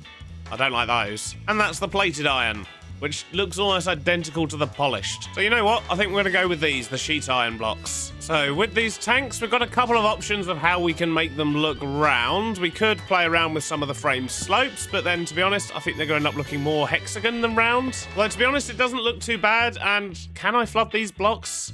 Because if I can, yes, look at that. Okay, so this could potentially actually work. The other option is to maybe try and use these stairs, so to do something potentially like that. But yeah, that definitely looks better, doesn't it? That's that solved then. Let's just build up this first tank, and I think once we've got one working, we can then duplicate it elsewhere. I don't want to build up all the tanks only to find that we can't actually get a contraption here. Yep, I think these pools are going to work quite well. Now to see if we can actually hook up everything that we tried earlier. The first part of that is to get the bobber detector in, and look at that, perfect. We can see from the white box there that it's perfectly contained the tank. So if we stick a deployer there, then we'll use chutes to catch everything and put it in there. Copycat panels in the front. We'll figure out how they're actually going to look later. For now, we just want to make sure that we're actually catching everything. We'll stick an upgraded drawer on top of a chute, which we'll absolutely pack full of fishing rods once we figure out how we're going to get all the string. But now we need to put the fancy bit in the bottom here. I think I may have actually gone and done something clever. Shocking, I know. But I have built up the system we had before, which is basically the redstone signal going into a pulse extender, which extends it for 18 ticks, which allows this to draw itself in and then recast. So that's the same setup we had on the beach, but I did notice a slight problem with the one we had on the beach, and that was that occasionally it would stop.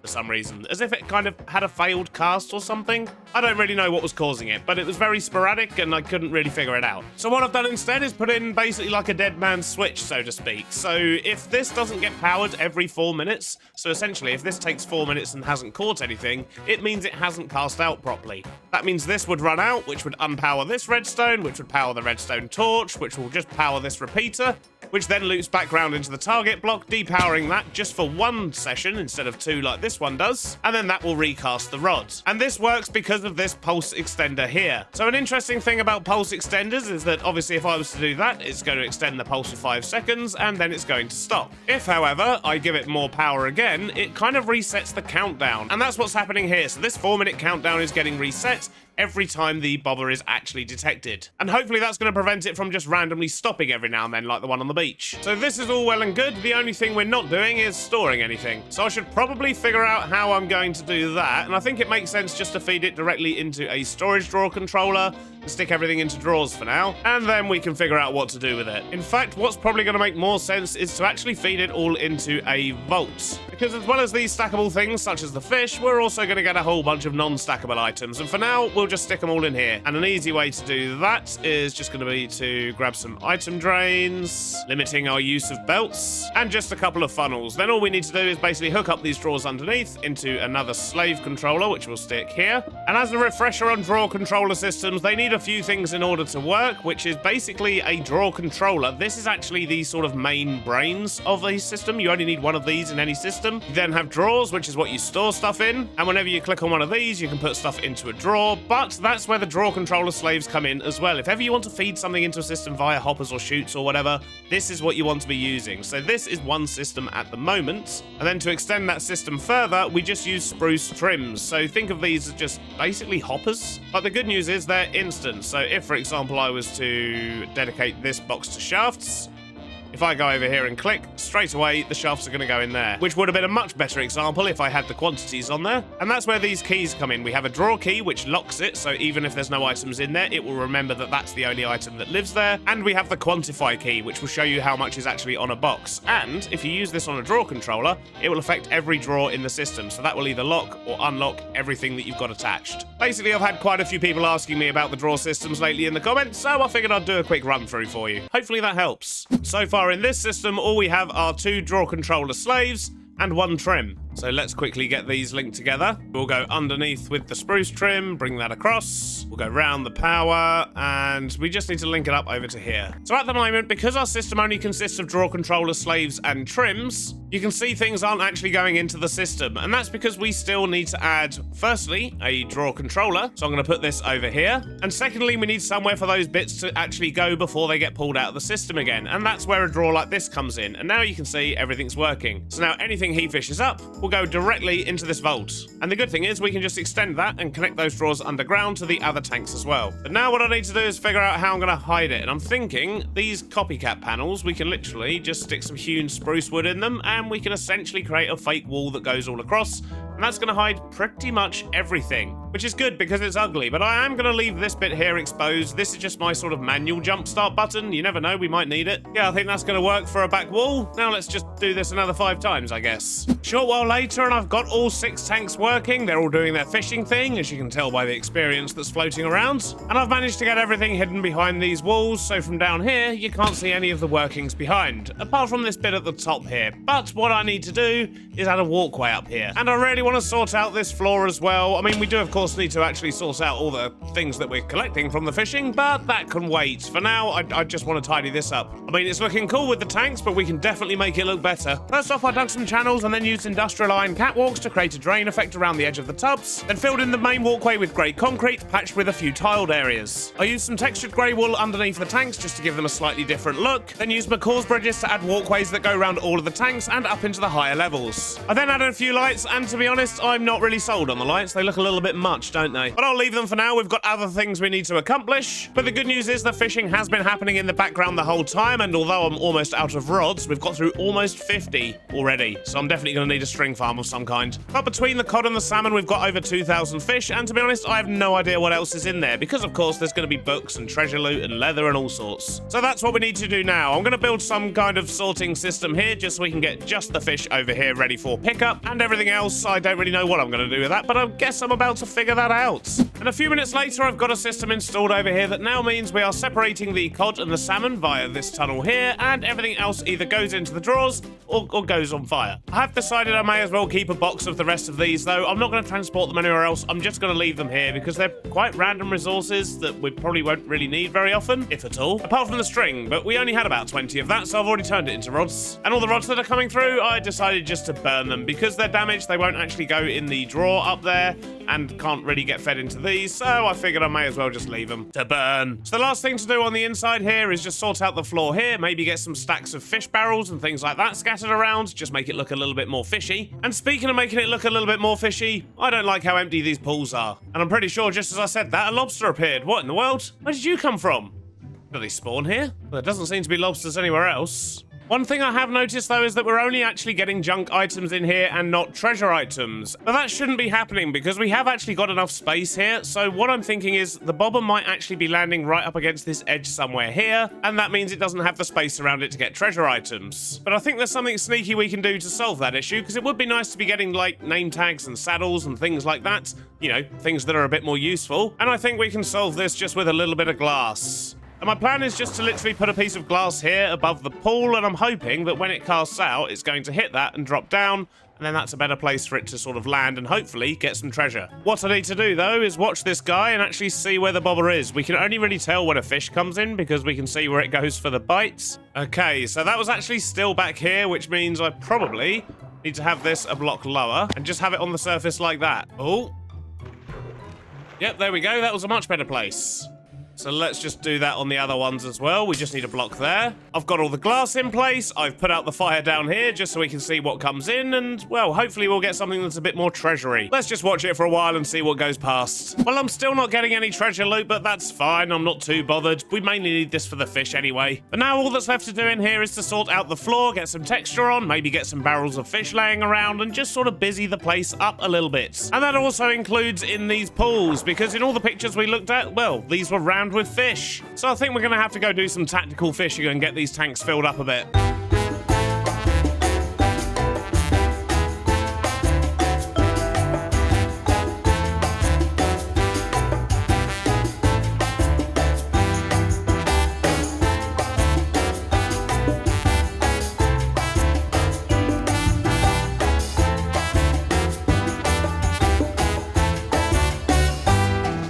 There we go, much better. So we've got a pool of salmon, we've got a pool of lobster. I don't actually know if they'll stay or not. They might despawn, but who knows? Got more salmon, got some tiny cod over here, some giant catfish, and a couple of natural lobsters, which probably means they're not going to be here very long. Although he's a yellow one. If I put him in a bucket and then put him over here, will he stay? And back over here, we've got even more cod. So it's nice to see some life in these pools. Now to make everything look nice. And a short while later, I think that's pretty much all it needs. I've just textured up the floor. I've roughed up a few areas in some patches, sort of around where the main movement is. And I've tried to make it look like this bit here's got a bit sort of water damaged over time as well. Not too sure that works, but at least it mixes it up. And besides that, we've just got some fish barrels around, just a couple of small stacks of crates. I didn't want to fill this area here because, well, the workmen are going to need areas to actually work and move stuff around. It's not as if it's a full-on storage warehouse after all. But I think interior-wise, this place is done. Now we just need to sort the outside. And I'd say that's looking fairly sorted, at least for now. I haven't touched anything on the outside of the fence because I don't really know what we're going to be doing with these areas yet. But inside the walls, I have sorted out the road here, and I've also sort of added in a couple of garage doors. So, well, this one isn't being used, so I figured we might as well shutter it off. But I think that just helps give it a little bit of character over in this corner. And I've also done all of the texturing on the building. So I used more of these sort of, what is it, mixed acacia log, that's it, because it goes really well with the firewood acacia log. I think they just work really well, so I've kind of tried to make it look a bit darker at the top and under the windowsills and so on, but I think that works quite nicely. And then on the roof, we've just got lots of fans of varying sizes. And with these big fans, I did play around with a few different colours for them, but to be honest, the spruce ones just kind of fit best. It's a shame there's not a metallic looking plank of some kind. And lastly, I've also connected up the main road here. Not that it actually needs to go anywhere yet, because I don't know what we're going to be doing with this fish. That's something we'll have to solve on the next episode. But good news! For those of you that are YouTube members and patrons, there will be a world download going out alongside this episode. I think it's long overdue. I'm sure you'd agree, because the last download, I don't think it had any of this area. So you're going to have whole new areas to explore, and hopefully you can give me some ideas on what we can do with the rest of this space as well when you see it. It's a lot bigger than it looks on the video. And I'm also still yet to do the interior in here, so this won't be done on the world download. So if you do grab that and want to have a little go at it yourselves and send me some pictures, if we get some good ones through, then we may well just get those in the world as a special nod to your amazing work. But sadly, that is all we've got time for today. I hope you've enjoyed it, and I'll see you on the next one. Where have all my fish gone? Last episode, I built a huge new building on my dockyard and jammed a fully automated fish farm inside as the first step to solving my food problem. Today, we changed lanes slightly, however, and automate production of dirt, coarse dirt, and mud in preparation for future terraforming projects. However, before we get to that, we're gonna revisit this fish farm ever so briefly, and hopefully, we're gonna try and solve this XP issue, because of course we have lots of XP floating around. It would be kind of nice to collect it, and lots of you wonderful people in the comments came up with a bunch of suggestions. The main thing mentioned was the disenchanter, which is great. It does sort of, you know, collect XP orbs and it does disenchant items, but the problem is everything has to be on top of it, and the XP over here, as you can see, it kind of goes a little bit everywhere. It goes down the sides, it stays in the pool.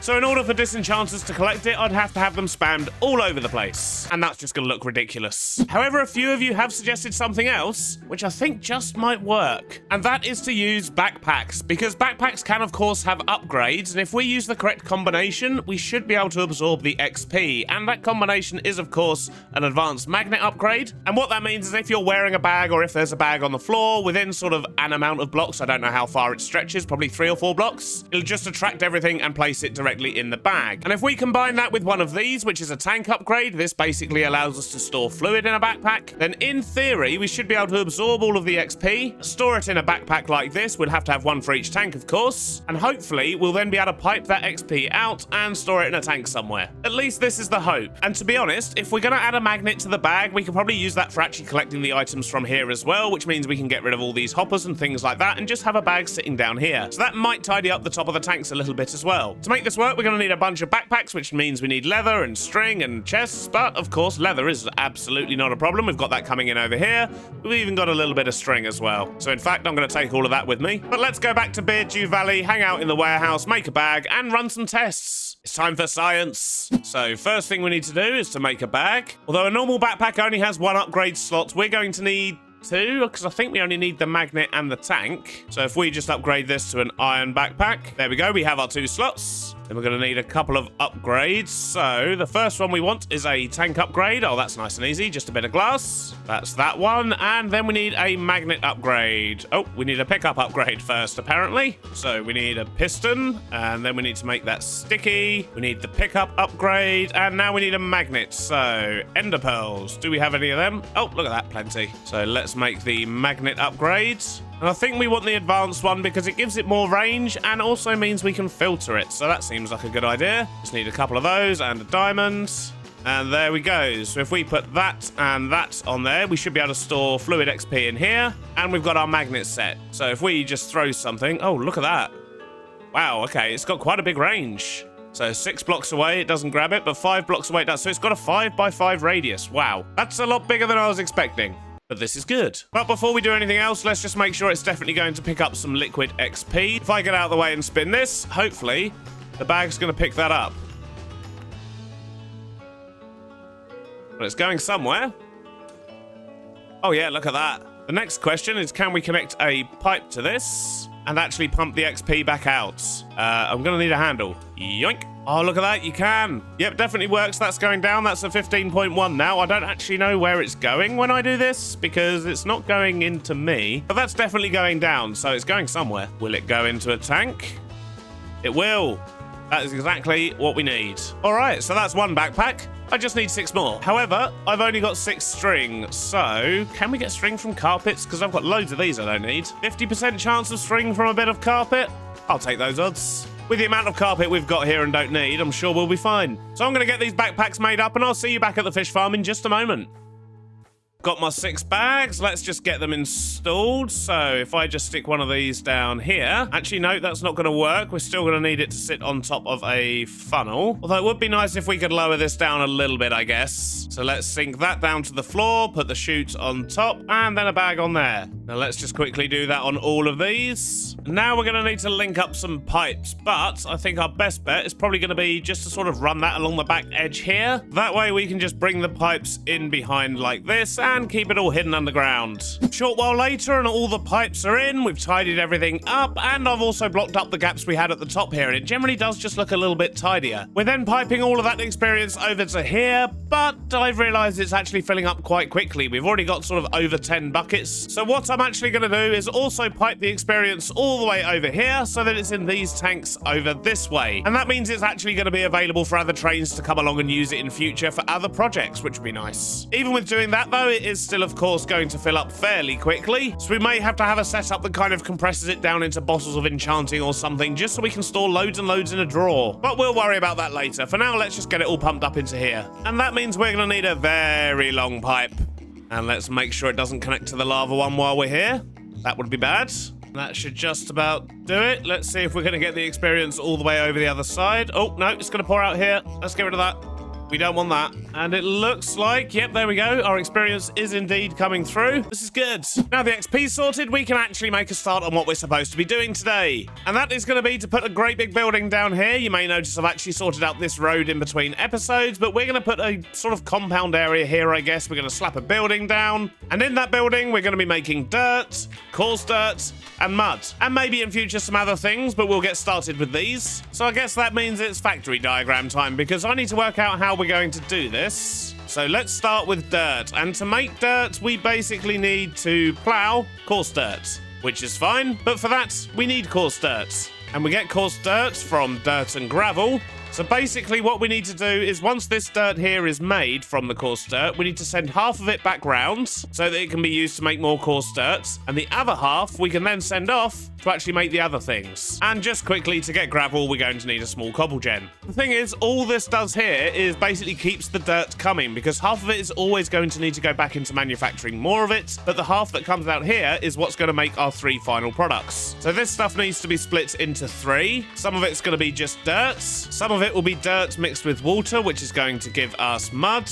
and the third batch is going to be dirt mixed with gravel, and that's going to give us the coarse dirt. Well, that all looks very confusing, doesn't it? I think this is going to work, but not until we have somewhere to build it. So I'm just going to plonk down a big building, I guess, and try and jam something inside. You know me, I don't really care about efficiency. It's only me on this world, and I'm generally playing this world long enough for things to build up pretty quickly, to be perfectly honest. It's pretty much all I do. Now, I think I'm back with an idea for a pallet. We're going to use some of these Dean bricks. I think they'll look quite nice, and we've not really used them too much down this side of town. So we'll have the main bulk of the building being built with those. I also want to use some of this sheet iron. I think that's going to look quite good for sort of a lean-to or something like that. And for the upper level, we're going to use some limestone, because I think that will tie it in nicely with the other buildings we've got going on around here. We have used quite a lot of it, and it just works well. And I think that color combo would work well, maybe with some of these iron blocks for the roof on the sort of garagey type area. But before we can do any of that, of course, I do need to build myself a foundation and mark out where we're going to be building. And I think I want to start in this corner here. And this whole area here is going to be one compound, so maybe I should just get a wall all around the edge as well. Maybe something around that sort of size for the base part of the building, and we don't have an entrance into this compound at the moment, but we'll solve that later. It'll probably be around here somewhere, I'm thinking. But I guess before we can go any further, I should probably start working out the building and the walls and all that jazz. What I want to do is kind of build up one wall and then figure out how it's going to look, and then we can just repeat that down this side and sort of around and about where it needs to be. But this entire platform is pretty much going to be the main building, I think. We're going to need lots of space for machinery in here, so maybe we could use some andesite columns at the bottom here, and then maybe get some girders that sort of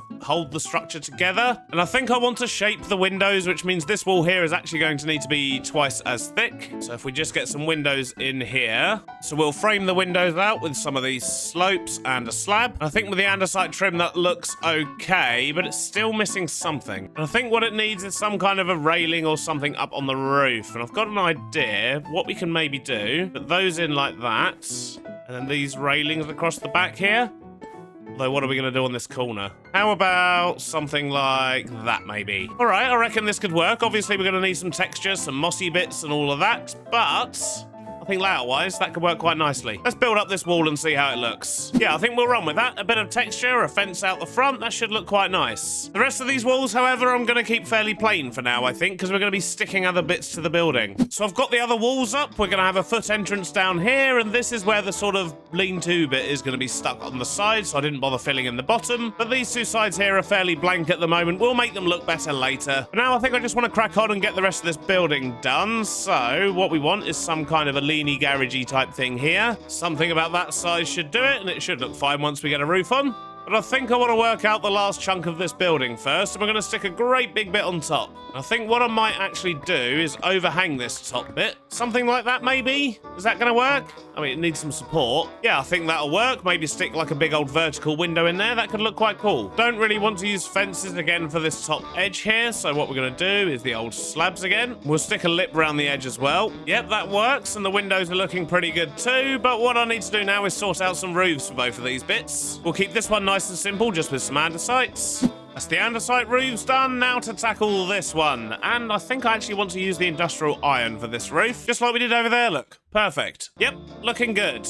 I mean, it's also looking fairly basic, but we'll deal with all of that later. For now, I just want to make sure we've got plenty of space on the inside so we can actually start making our factory. And I reckon we've got a decent amount of space in here. We should be able to fit in what we need. But the thing that's going to take up the most room is, of course, the sort of coarse to dirt converter, because to get that to work, we need to place the dirt, we need to plow the dirt, and then we need to pick up all the dirt again. So that's probably going to be a good chunk of this room, and I would imagine we're probably just going to put that sort of slap bang in the middle somewhere. But once we've got that machine figured out, we should be able to figure out everything else and tie it in to keep it all running sort of continuously, hopefully. And I think I might stick a floor in here before we start as well, because the chances are we're going to need to use the upstairs too. There we go. Now we can see what we're working with a little bit more. So where to begin? I think I just want to stick a vault over in this corner, and this will be kind of where we store coarse dirt, and kind of where everything is going to begin, but also loop back round to. So if coarse dirt's going to be stored in there, it's going to come out of there, and then it's going to need to go into something over here. And we're going to need some kind of contraption to basically lay down all the coarse dirt, which means we're going to need deployers. So if we were to lay the dirt out there, we're going to need a gantry that runs along the back here. And then we need to build this up, and I'm thinking this might actually need to be raised up a little bit just to give us some space. Let's get rid of that for now. We'll come back to that bit. So if that's where the dirt's going to be, this will be one edge. So to place the dirt, we're going to need deployers, so let's put those in. Then after we've placed it, we need to plow it. So the plows are going to need to sit here, so let's put some temporary blocks in and then put the plows down. And I might need to move this all forward a block, actually. I don't think this is going to be enough space, so let's pull them forwards. And the plows. And let's just give this a little bit of structure. And I reckon we can squeeze a vault in there for holding the coarse dirt, which means the transfer will indeed need to go a little bit higher, but that's fine. That's not fine. That's better. Okay, so the coarse dirt will come out of there, it will load into this machine, and then this machine is then needing to go forward. So let's just mark off the sort of containment area, I guess, for the dirt.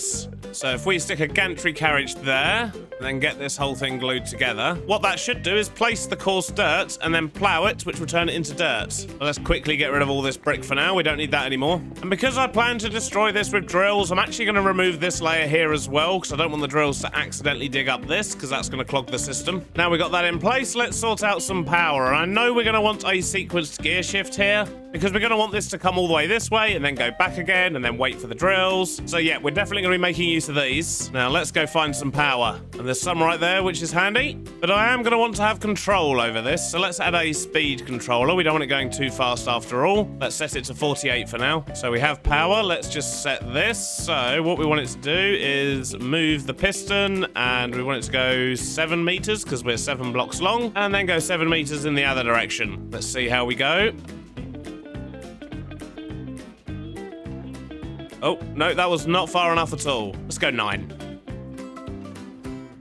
Okay, that was better. So now we know that's going to work. Let's work out the drills. Although, to be honest, I do want to preload this a little bit with some coarse dirt just so we can test it properly. Let's go grab some. So let's just chuck some of that in there. That should go across and into there. Press the button for coarse dirt, which then gets plowed. Yep, we can see it changing. Although not this last row, so maybe we'll just remove this. And there we go. We'll just pretend that was the plan the whole time. How many rows are we doing? Okay, so we're doing 8 rows of 5. That means we're doing 40 dirt at a time, which isn't the Minecraft number. It's not a multiple of 16. What have I done? But we've converted the coarse dirt to dirt. Now let's dig it up. And I've got an idea for this, which if it works, is hopefully going to look very cool. If not, it's going to be a disaster. But let's make a big platform here first. Get rid of these bits. And I'm going to stick a whole bunch of drills up here. And we're going to have essentially a giant mechanical press that's going to come down from the ceiling and hopefully destroy all the dirt and collect it. So if it's going to collect it, it's going to need something to collect it into. So let's just stick a vault on the corner here for now. And a funnel so we can see if it's working. This thing is going to need some power, so let's just steal it from here. Why have I made it 8 long? It hasn't got a center point. Fine, I'm changing it. I'm changing it. It has to have a center point, or this is going to look weird. There we go. Now we have a center point to work with. So let's send that power up there.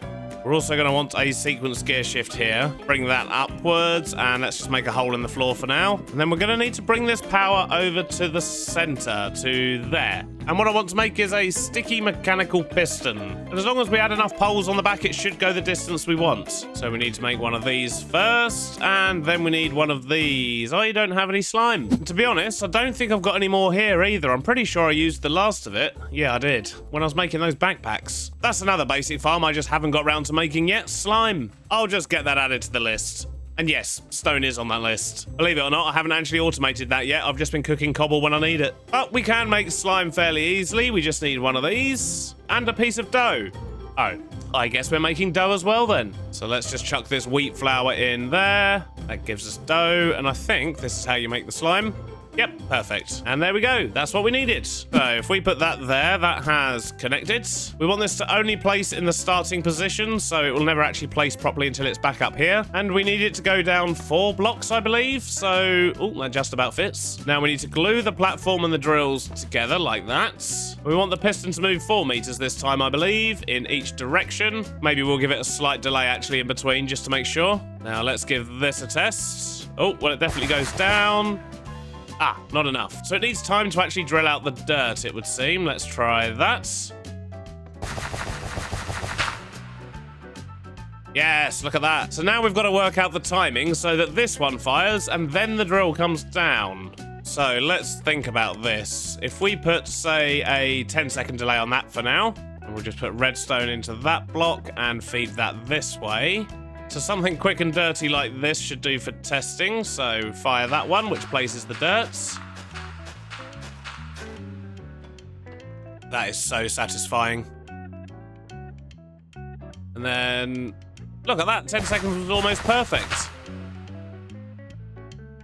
Okay, and now we need it to repeat. So if we do, say, 16 seconds, that probably took about 5 or 6 seconds, didn't it? We'll have another second delay tick there as well, just to make sure that it's all going to work nicely. Let's see if that's going to repeat.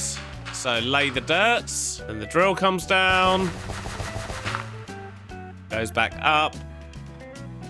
And how long till it fires again? Okay, that's pretty good. I'll say that's good timing. Well, I like that. It definitely works. But let's stop it repeating for now. So I'm just going to frame off this area here so we don't interfere with it as we build the other bits of the farms we need. Now we've got the dirt being collected, we just need to store it. And for that, I think I'm just going to use a small vault down here. Then we'll use some chutes to feed that in. Now this is where things might start getting a little bit more confusing, but I'm going to try and take it one step at a time so I don't confuse myself at all. But we'll see how that pans out. So the first thing I need to do is take the dirt from here and split it in half, because we need half of the dirt to go back into the system, get combined with gravel, and then get turned into coarse dirt, which will essentially double the yield, and that's how we get infinite dirt. I think the easiest thing for me to do here is just feed it into another vault, just so we've got like a holding area for some dirt. So we need funnels there and there. And what we're going to need is a bunch of auto crafters, which I don't believe I have. Or mechanical crafters, I should say. So what we need is a bunch of crafting tables, and we should be able to make these. I'm also going to need some depots and mechanical arms, which is something else we don't have any of. It looks like we need a few more bits and bobs before we can go any further, so let's quickly head back to the airship. Okay, so we need to take dirt from there. We need to take gravel from here, which doesn't exist yet, but we'll pretend it does. Just imagine all the gravel. Although, to be honest, we're probably actually going to be using the drawers to move the gravel around. So let's stick a drawer controller in there for now. Let's set these to only drop 2 at a time. Then we need a mechanical crafter here. So what we can do is make the things we need. So we'll put funnels on the back. And do I have... Oh, I've just put something in there. That's my backpack. Not what I was trying to do, but we do need to add some filters, so we need dirt for that one, and we need gravel for the others, but I don't have any gravel on me at the moment. Yoink. We'll just steal this from the factory diagram. No one will know. So gravel from there, put it in those two, and then that's going to make coarse dirt. What we now need to do is get this coarse dirt all the way over there. And what I must know is, can this be another opportunity for weighted ejectors? Because they're a lot of fun and I'd like to use them. So if we have something like this, as if this is going to catch them, and what we want is the weighted ejector to land on there, get thrown from there, and hopefully that arch means it's not going to get blocked by anything. Even when this goes up and down, it shouldn't really get in the way. This bit should always remain clear. But the only way to test is going to be to get this powered up. So let's do this. I want to stick another speed controller in. So if we drop something on there. Okay, well, it did something once it got here. Did it go into there and then into here? No. Oh, it's just sort of bounced off. Okay, like that is it. No worries. We can solve that. So, a slight rearrangement over here. If we do that, now if we throw into there instead, hopefully this will work. So, let's throw this piece of dirt. Nope, that one got stuck. Dang it. Well, in that case, we'll just do things the old-fashioned way. So let's get a belt up to there. In fact, let's go one lower. We'll link that over to there. And have a chute so it feeds directly into the vault. You know, I try to do something cool, and the game says no. But the good news is that's all of that powered. Let's quickly get the rest of this bit powered. So if we do that, that should power the crafting table. That should power our belts. So we're splitting the dirt up, putting half here and half there. That's good. I just need to add a mechanical arm to take things from there and then put them into these four. Then if we power this dude as well, that's the arm done. Okay, I think we're making progress. We should now be in a position where if I put a draw controller there and feed gravel into this thing, then we should now have coarse dirt being made. Yep, we can see that going over. And if I press this, at least until we run out of gravel, this should work and start producing us lots and lots of dirt. So the drilling's working, this is good, and then it should all go over here. Yep, it's getting separated, going back into this one. Brilliant. And I'm just going to watch this for a bit and make sure that the machine keeps up. I want to make sure that it's actually producing coarse dirt quickly enough to keep up with all the placement, which, to be honest, I don't think it will be. Which means it might get to a point where the deployers are trying to place dirt that it just doesn't have. But let's watch and see what happens.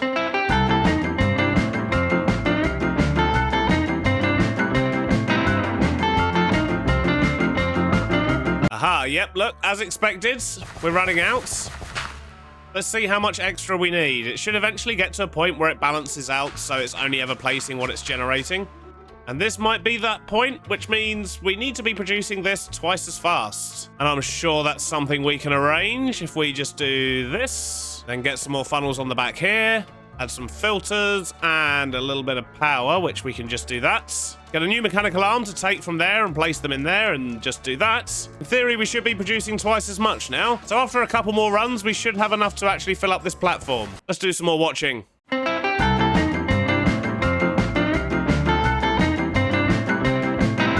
Well, that seems to be working a treat, so I'm happy to actually crack on and work on the other machines, because although we're creating all of this stuff, none of it's actually ready for transport yet. And I wonder if we can cram all three of these farms in this little bit here. So the first thing I need to do is to take out the dirt from the vault here and split it into three. Now, let's think about this. The first lot, we probably just want to go into a vault. And then we want to make more coarse dirt. But this time, it's coarse dirt that we're actually going to be sending out for delivery. So we'll just connect some draw trims under here so that we can get gravel from that place over there. In fact, it would probably be more useful if I actually took it up to the depot. There we go. Then we need a draw controller slave with a funnel set to 2. We can get rid of this extra bit of belt. We don't need that. And I'm hoping we can feed that just into another draw controller slave. Then we'll just get that connected underneath as well. So that's that all linked up. Now I just need to do the funnels on the back here. So that should, in theory, give us our coarse dirt. And I reckon if we just do that, and then that's going to give us our dirt. Although we don't want things flying off the end, so maybe I should actually do it a little bit more like this, because that way if it does back up, it's not going to start flying everywhere. And lastly, we just need to make mud. This one should be fairly straightforward. All we need to do is shrink this down, quickly go down here and make an infinite water source. Then we'll splash some water down in there. We need some pipes. That should do the trick, but we are also going to need some power. So let's do encased chain drives like that. And a cog on there. And then we'll use a couple of item drains there to get things into another exit points. Now all I need is a bowl and a mixer, neither of which I have. So we'll get the basin, we'll make a whisk, and this pump system's gonna pump water continuously into here. So let's put that there. Let's clear up the belt. That shouldn't be on here. Get out of it. We need a mixer on top, which by the looks of it, we can just connect up down here, which is quite handy. Then that should make us mud, which will then deposit into here. And I think all I need to do is put a gearbox down here, and this should power up this entire side of the system. So we should actually start getting all three of these things in here. We've got 800 dirt backed up in here, so let's give it a go. Fingers crossed. So first problem, I haven't powered the mechanical crafter. Let's quickly fix that. So once we get some gravel, that should work. The dirt is coming through fine, as is the mud. I can't believe that's actually working. So this is actually looking pretty good. We've managed to get it quite compact as well. We've got the crafters over there making coarse dirt for this, which is now back up and working again. Got all the dirt over here doing its thing. Wonderful. I do need to work out where we turn this off when it's full, though. That could be an interesting one. So I added a small threshold switch to the dirt box with a couple of redstone links and some clutches to turn the machines on and off when it got full. I then went upstairs to build a small cobble generator to keep the farm supplied with gravel, and now all that's left to do is to make it look nice. Cue the music.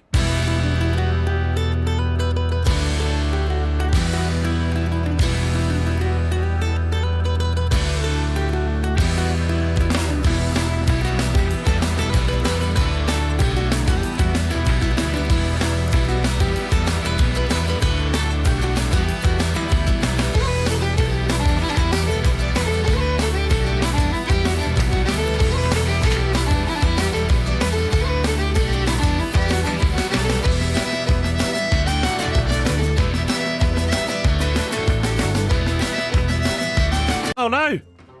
What's happened here? I see. I haven't got the chunks loaded, so kind of half the machine worked and half of it didn't when I just flew away. Dang it! Right, problem solved. The farm is now fixed, and it's all designed and looking nice. Look at that. We have a giant press that comes down. I think that looks pretty cool. It sort of slides out of that thing at the top. And of course, we've got our safety barriers. We've got some lighting. We've got a little bit of storage as well. And I've not really done too much with this area as yet, and I've not been able to touch the outside. I just haven't had the time today. And having to rebuild this just now really hasn't helped. We've also got some stairs that then take us up here. So this is our cobble generator. And as I say, you can see the sort of slammer thing going up and down here as well. Although, I think what I'd like to do is cover up this top bit here, and then it just sort of slides out. Yeah, that looks better. So hopefully that will look a bit better when it goes down now. It shouldn't leave any big gaping holes up here. But as you can see, our cobble generator's working away as well. This is a different design to what we've done before. And in fact, I learned how to build that cobble generator on a brand new series that me and Foxy have running on the Create Astral mod pack. So do go check that out if you haven't already. But for now, the important thing is we're producing everything we needed to, and the inside's looking pretty cool. That slammer makes me very happy. But this has taken a long time to work out, and sadly, I am out of time for today's episode. So the exterior of the building and the rest of this dockyard area and so on, we're gonna have to save that for next episode, I'm afraid, but I hope you've enjoyed it, and I'll see you on the next one. Bye-bye now. Last time, I built a dirt farm to automate production of normal dirt, coarse dirt, and mud, and left the outside looking very unfinished. Today, we tackle our biggest building project yet and get the whole dockyard finished up and looking great. At least that's the plan. I recorded the intro at the start of this episode in the hope that it'll push me to get as much done as possible, but I guess we'll find out later if that worked. So we've been working on this dockyard for a good few weeks now, and with only a little bit of space left, we are getting so close to finishing it up. So I've made a list of all the things we need to do to get it finished, and it's a big list. And we're going to try and get through as much of that as we can today. But first, we're going to finish up where we left off last episode and get the exterior of this building finished.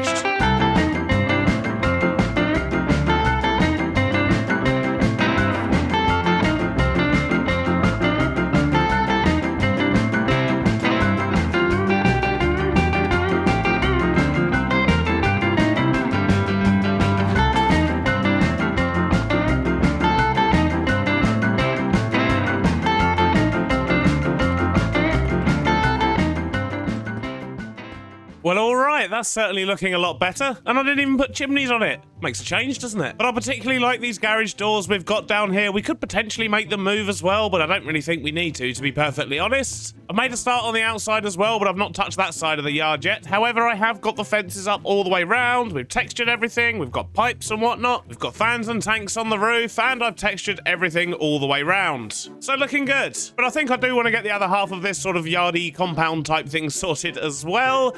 And, well, I don't know really. What are we even going to do here? I mean, if I have a look at my farm list, we could do the basalt and stone and dripstone and stuff over here potentially. I don't really know. Maybe for now I should just stick down a building and then we can decide what to put in it another time. Although a basalt farm in particular might not be a bad idea because I don't have much left and I want to build a massive car park over here, as well as all the roads that need to connect up there. So yeah, maybe that's not such a bad idea. I don't know. Let's chuck a building down and see how much space we have. Started as I usually do by placing down a foundation for the new building, then took a moment to lay down the surface of the road and give it a bit of texture. I then marked out the building's shape with some deep slate and packed mud bricks, then started on the walls. With the basic walls up, I added another section on one side using the tough pillar blocks, which adds a really nice metallic effect to the build. Added some trims and then got the roofs on. I added some windows, ventilation and pipes to the outside, and with some lights and texture, we now have our final building down inside the dockyard, ready for some small farms. And I think that's looking pretty good. It ties in nicely, and we've also got a through road here as well, so anything that does come in here can easily get out again. But with that building up, the last big structure down here at the docks is done, but we've still got a lot of space to fill, and I think I actually might want to start over here. I want to get some kind of small car park in down here for the trucks. They're probably just a series of parking bays across the dock front here. And with this huge area at the front, we want to stick in another kind of container yard, which may even result in another crane. Now, first off, let's just mark out an area for this car park. And we're going to do that with our chutes and shafts and just kind of keep this design going on because it's what we've used elsewhere. And I think something around that size should do, but let's swap out the floor, which involves using our drill to dig everything up. And for now, I'm just going to fill all this in with andesite. We'll texture it up a little bit more later. I think the andesite's going to work. It separates it nicely from the road. It's a little bit brighter than the rest of the dock, but we do need to get some parking lines in. And because this is mainly going to be for trucks, we do need some quite large parking spaces here. And we're going to do a nice little trick we can do with the half slabs to get some lines in, just like that. Yeah, that's going to work quite nicely. Let's just get a bit of texture in, mix up this ground a little bit. It does look very, very bland at the moment. And then maybe we should add a truck or two as well. So what andesite variants have we got in here we could potentially make some use of? Maybe some eroded andesite. We could try some sanded as well, potentially. And for some darker edges, maybe we could try a bit of this cobbled stuff. And then, of course, we'll take some dirt. We'll take some grass. A bit of coarse dirt. Some gravelly dirt as well. Why not? Oh, I'm full. Let's start with some of the cobbled just around this edge here, and we'll see how things look. I think if we sort out one edge and then we'll just kind of, yeah, spread it out, I guess. Yeah, I think something like this is going to work. It's a bit darker at the edges where the dirt's going to pick up, and then where the cars are driving through, there's some sort of clearer patches. Let's just spread this out over the rest of the car park. And there we go. I don't think it needs any more than that. And to wear down these white lines a little bit as well, I did sort of take some bits out and I used some of the eroded andesite in those. And I think that just helps to sort of break it up where the cars have gone along. Just makes it look a little bit older. So over here, I think we're going to get a couple of trucks. We're going to use similar designs to what we've already used, but these ones aren't ever actually going to move. They're just going to sit here all parked up. So I don't need to worry about turning them into actual trains, which makes a nice change. So we'll start off just getting the little frame in down the bottom here. We'll get some buttons on the wheels. And this first one's just going to be a shipping container truck, so I may as well get that on the back now. Though I think it does need to be a block longer, so let's just do this. Bring that out further. And what I seem to have forgotten to bring with me is some blocks to actually make the cab out of. That would be useful, wouldn't it? So we're going to try white concrete first and see how that looks. I think the concrete could work, but I now don't like the bottom bit. So maybe if we make this dark, so something like that. Yeah, that's going to pop much better. So let's just get a roof on. And we'll use some variations of framed slopes for that. We'll get some exhausty things on the back as well, because they look quite cool once we get the bracket on. And in fact, for the bottom of these, I think maybe using a framed pillar might look a bit better. We'll use some framed buttons on the front here. Then we just need some license plates, some lights in these frames, and some wing mirrors. How does that look? Ooh.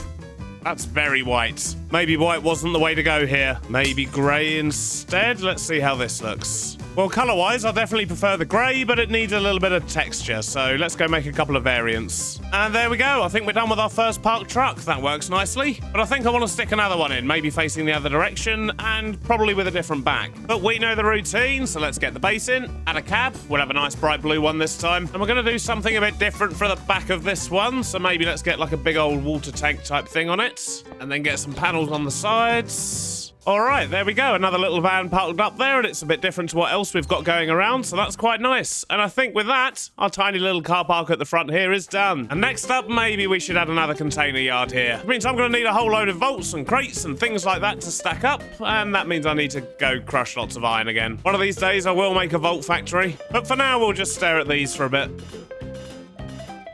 A short while later, and I've got lots of vaults. I've got some dye to turn them the different colours for the shipping containers, but I really want some yellow ones as well because they look very cool. But I've only got 3 there, and I've only got 15 dye, which is just, well, it's nowhere near enough, is it? Which means I need to get some yellow dye, and I don't really have anything I can crush down, which means I think I need to go find myself a sunflower, because if I get one of those, then I have infinite yellow dye. But as far as I'm aware, we haven't come across a sunflower biome as yet. I mean, we might have done on the first episode where we went way up here before the map got reset, but without being able to see it, I'm not entirely sure. So let's dump all this in my backpack, let's grab my grappling whisk, and let's go see if we can find ourselves a sunflower.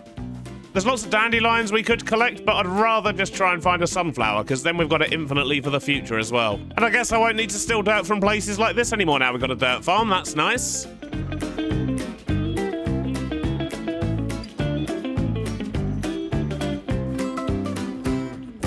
Aha! Here we go, there's one here.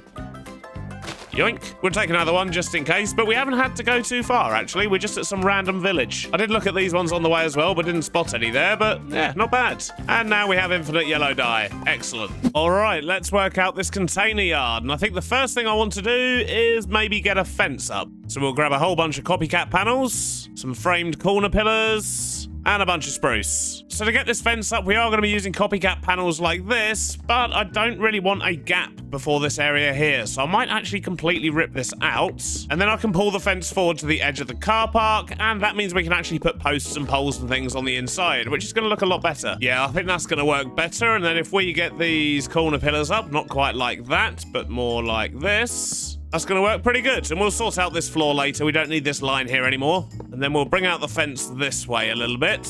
And then we've got a bit of a strange area here because we do, of course, have an entrance down to the docks here. But this is a working dock, not a public dock, I suppose. So, yeah, maybe we should just put a gate in up the top here. So if we just do something like this, and then we'll put a gate there in a little while. Then over on this side, we just need to bring it across. Though we should probably have an entrance somewhere, so maybe just leave a gap in the middle there. And then by the time you get to this front area here, pretty much all of this is going to be the container yard, the crane, storage, and so on. So I reckon if we were just to start getting some shipping containers down in this area, then we should be able to start figuring out how to do the rest.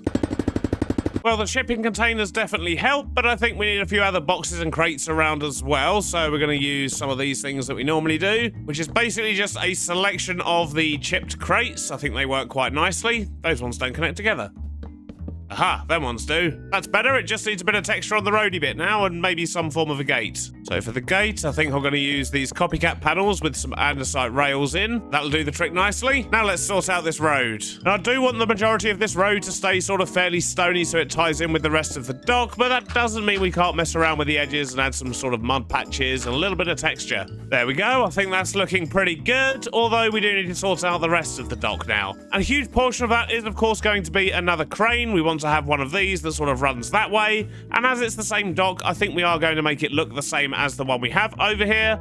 I think that just makes sense. And I was toying with the idea of actually putting a gantry in here so that it could be a proper working crane and go backwards and forwards and so on, but I really hate the fact that you cannot hide gantries, and I don't really want a bright red beam going down the middle of my dock. And once it's built, it's not like we're going to be using it anyway, so I may as well just sort of get a schematic cannon of the one behind me, and blast it into existence over there. I think that's going to be the best bet here. Although to be able to take a schematic cannon of this and actually get the arm as well, what I am going to need to do is, well, get inside this thing. How do I do that? Down here. But what I will need to do is raise this arm all the way back up into its upright position, and then lock it in place, which I think I can only do by actually destroying the anchor here. But now that should be perfectly upright. Excellent. The chain actually fits through there perfectly, so in theory, we should be able to take a schematic of this whole thing, blast it into existence over there, and then just lower the arm again to where it needs to be. So if we grab a schematic and quill and start it from about there, we'll bring it up to height, and then we'll just adjust it as needed. So I think that's got pretty much everything. We just need a little bit more on this side. And there we go. That's got all of it. We'll call that crane. Now, if we get a schematic table and get the crane, let's figure out where we want to put this. But how far down the dock do we want it? So maybe about there somewhere. And if we put a cannon down, we put this in the cannon, grab ourselves a clipboard. Now we should have a list of everything we need. But I reckon that's going to look pretty good there once it's actually built properly. It looks a right mess at the moment. So I'm hoping we've got everything we need across these two bags. Let's just chuck this in and do a final check. So apart from the frame double panels, which don't actually exist, I do have to place those manually. Looks like we're good to go. So let's click play, get this thing going, and then let's quickly watch this get built.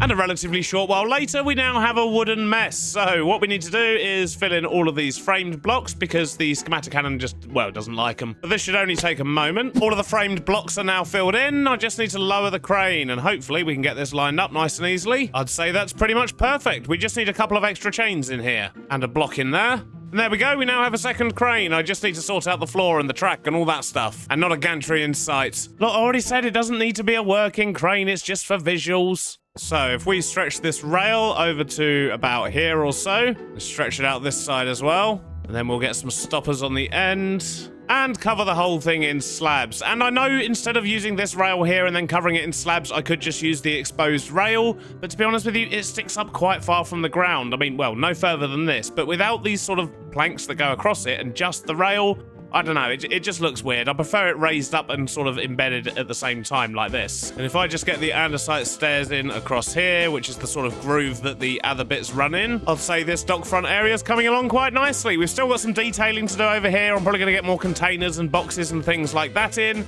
And of course, I still need to get lots of moss up the front of this as well, now that we actually have access to it thanks to this farm. Now let's get this area finished so we can move on and get to the back side of the dock.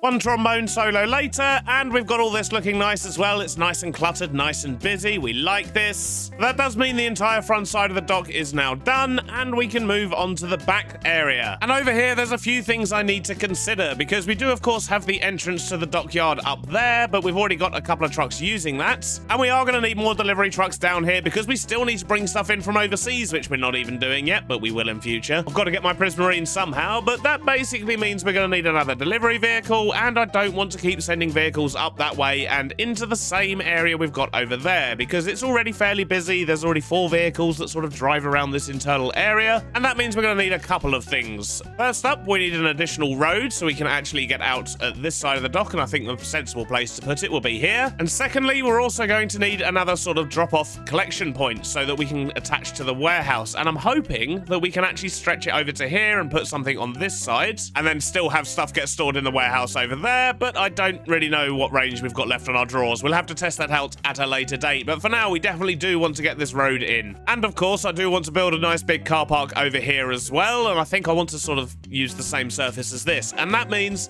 we're definitely going to need a whole lot more basalt. We've only got about 100 left, and that's not going to be anywhere near enough. And I think we will solve that just by coming down here and putting a small basalt farm in this building. It's pretty much just a fancy cobble generator, so it shouldn't take up too much space, and we should hopefully get everything we need. I think what I'm going to do is put the basalt generator over in this corner here. It doesn't need to be anything too big, but first thing we need is some power. So let's steal that from over here. Right, so that's power. Now, how are we going to do this? So maybe let's stick a line of drills in here. We're going to need to have soul sand underneath because that's what actually makes basalt instead of cobble. We're going to collect all the drops into here and feed it into a draw system. Then we'll block off this front bit here. And what we need to do is probably get some glass or something in, and we could probably frame all this out as well, I guess. So we need to waterlog the drills. We need to get some glass on the front and then get some lava in, and that should basically be the basalt farm, I think. I'm hoping I've remembered how to make basalt correctly. Nope. We'll grab some water buckets and some lava. I think these glass trapdoors on the front should be good enough to hold everything in, but before I load it up, I do want to make sure we can actually store things. So what I need is a drawer controller, and we'll just stick some spruce drawers in there for now. And then we're going to waterlog the drills. And in fact, for now, I'm going to turn off these drills so I can actually load the system up and prep it. Because if I try to put lava in there now, that's just not going to pan out. So let's put some temporary blocks in here. Now, the question is this going to work, or are we going to end up with obsidian or some malarkey? Yep, we've got obsidian. Well, that was always a risk. So, for my next test, I'm going to block off this bit with some glass. We'll get some more trapdoors in for safety, and I'm going to dump some lava on top and see what happens. Do we get basalts? Nope, we get stone. So I think the solution for this is going to be for me to kind of pull a lot of this a block forward and make sure the water can actually flow down, because, well, that's what's causing the issues right now. I think, maybe, I don't know. Nope. Been making all these great farms, and now I can't even make a simple basalt farm. So I tore everything down and decided to start again. First off, I moved the power to the side and then put the drills on the ceiling, got the soul sand and the hopper collection system in, and then created a curtain of water at the back. I then built up the front, added some glass trapdoors, and now hopefully, if I put down this lava, we'll actually get basalt. But, well, there's only one way to find out. Come on now. That's still cobble! Wait a minute. Does this need to be soul soil, not soul sand? I have a feeling that might be it. Have I just been a moron the whole time? Probably. So let's swap that out.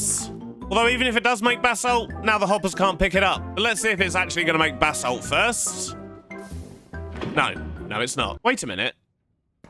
I don't think I'm even supposed to be using water, am I? Isn't it supposed to be ice? I think it is ice, you know. Which is a problem, as we haven't found an ice biome yet. Oh, actually, maybe we can just steal some off the mountain.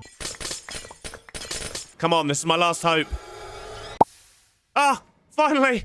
Basalt! That makes me so happy! So basically, I was just being an idiot the whole time. Okay, good to know. So that means I can just put the ice in the back here. And let's put a lighter line at the top as well, just because we can, and we've got loads of ice now. Right, so I'm going to need more lava, because for some reason, the rest of it turned into obsidian. So this time, when we place lava, we should start getting basalt through. That'd be nice.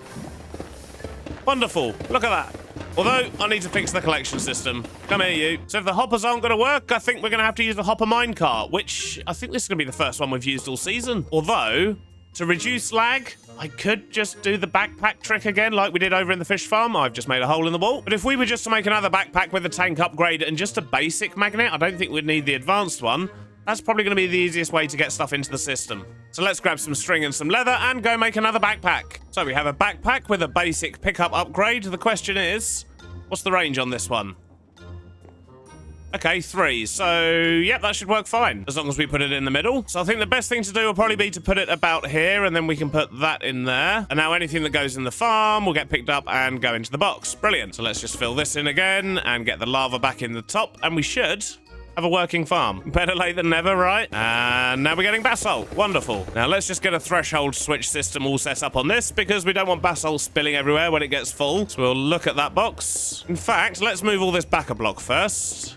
Then we can put the threshold switch in there, and to be honest, I think we can get away with putting the clutch in right there. Yeah, if we invert the signals, that shuts it all off. Brilliant. I think that's the first time we haven't had to use a redstone link for this. So I'm going to put a filter on the backpack as well, just so when I'm working around the area, hopefully it won't... Yep, there we go. So it's not going to pick up all the random blocks and block the chute. We certainly don't want that. But now we have basalt coming through. That's all working marvelously. But I do actually want smooth basalt as well. So we may as well automatically cook some of that. So I've had a little play about, and I think this is how we're going to cook things. So I've actually got a basalt drawer here, and I've got the drawer controller, because basically the way it works is whenever something goes into the system, it will always fill up the one closer to the drawer controller first. So the idea idea is we'll always have a full box of basalt here, and then we've got an overflow box here, and when this one reaches a certain level, that's still going to shut off the system. Does that make sense? I hope so.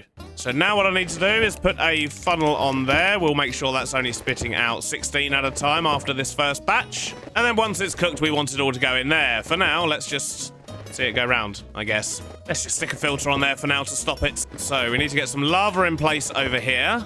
Just like that. And let's just make it look a little bit nicer. You can get the proper filter on there now, so it'll only go through once it's cooked. And that's all going to store up in here. Wonderful. One last remaining problem is me and generally how unsafe I am. So let's quickly put up a safety barrier. And let's just cover the bit that's going to set me on fire if I accidentally jump into it. So there we go. Automated basalt and smooth basalt. Lovely jubbly. But with that now producing all the basalt we're going to need, we can have a look at these roads. How are we going to do this? Oh my days. I think I'm just going to start digging and we'll see what happens.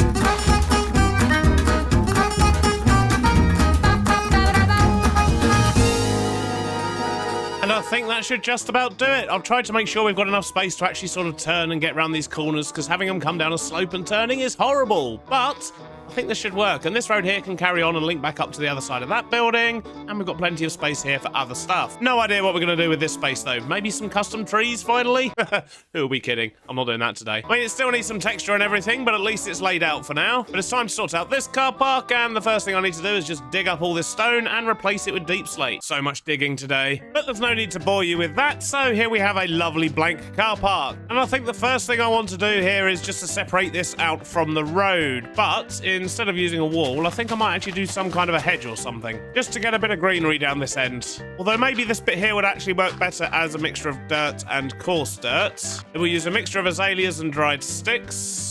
In fact, I think just sticking with azalea bushes works better. Now what I need to do is to get all of these parking lines in, and I think what we're going to do is make each one so it has sort of 3 blocks in the middle here. Well, technically they're all 4.5 blocks wide, but that does mean that if I want to put a car in, they're always going to sit between the lines. If I just quickly put these in, and maybe use a different block to represent the car wheels, but if we do something like that, for example, you can see how the cars are going to fit. So I just need to continue this all the way down, and it should give plenty of turning space as well in between the parking spaces. I think this could work quite nicely. There we go. I've got all of the parking spaces in, but it didn't really quite work out maths-wise. So at the end, we have a lovely little sort of greenery area. We might put some custom trees there in future, but probably not. However, what I do need to do is get all the texture on this bit here and maybe chuck a couple of vehicles in as well, just to make it look like this place actually has some workers. But it definitely suits the area nicely. Guess it's time to grab some of this basalt. 58,000. Oh my days. Safe to say we're not going to run out of that anytime soon. All right, the car park's looking pretty good. I've just done similar texturing to what we've got on the road, but I've also added a few sort of like oil patches from where cars have been parked up. I think that looks quite nice. But speaking of cars parked up, we don't have any of those, and I haven't actually designed a car yet, so I guess that's our next step. Try and make some cars. We've only done trucks so far. And not only that, they've got to be 50s style cars. Wish me luck. What is going on with that?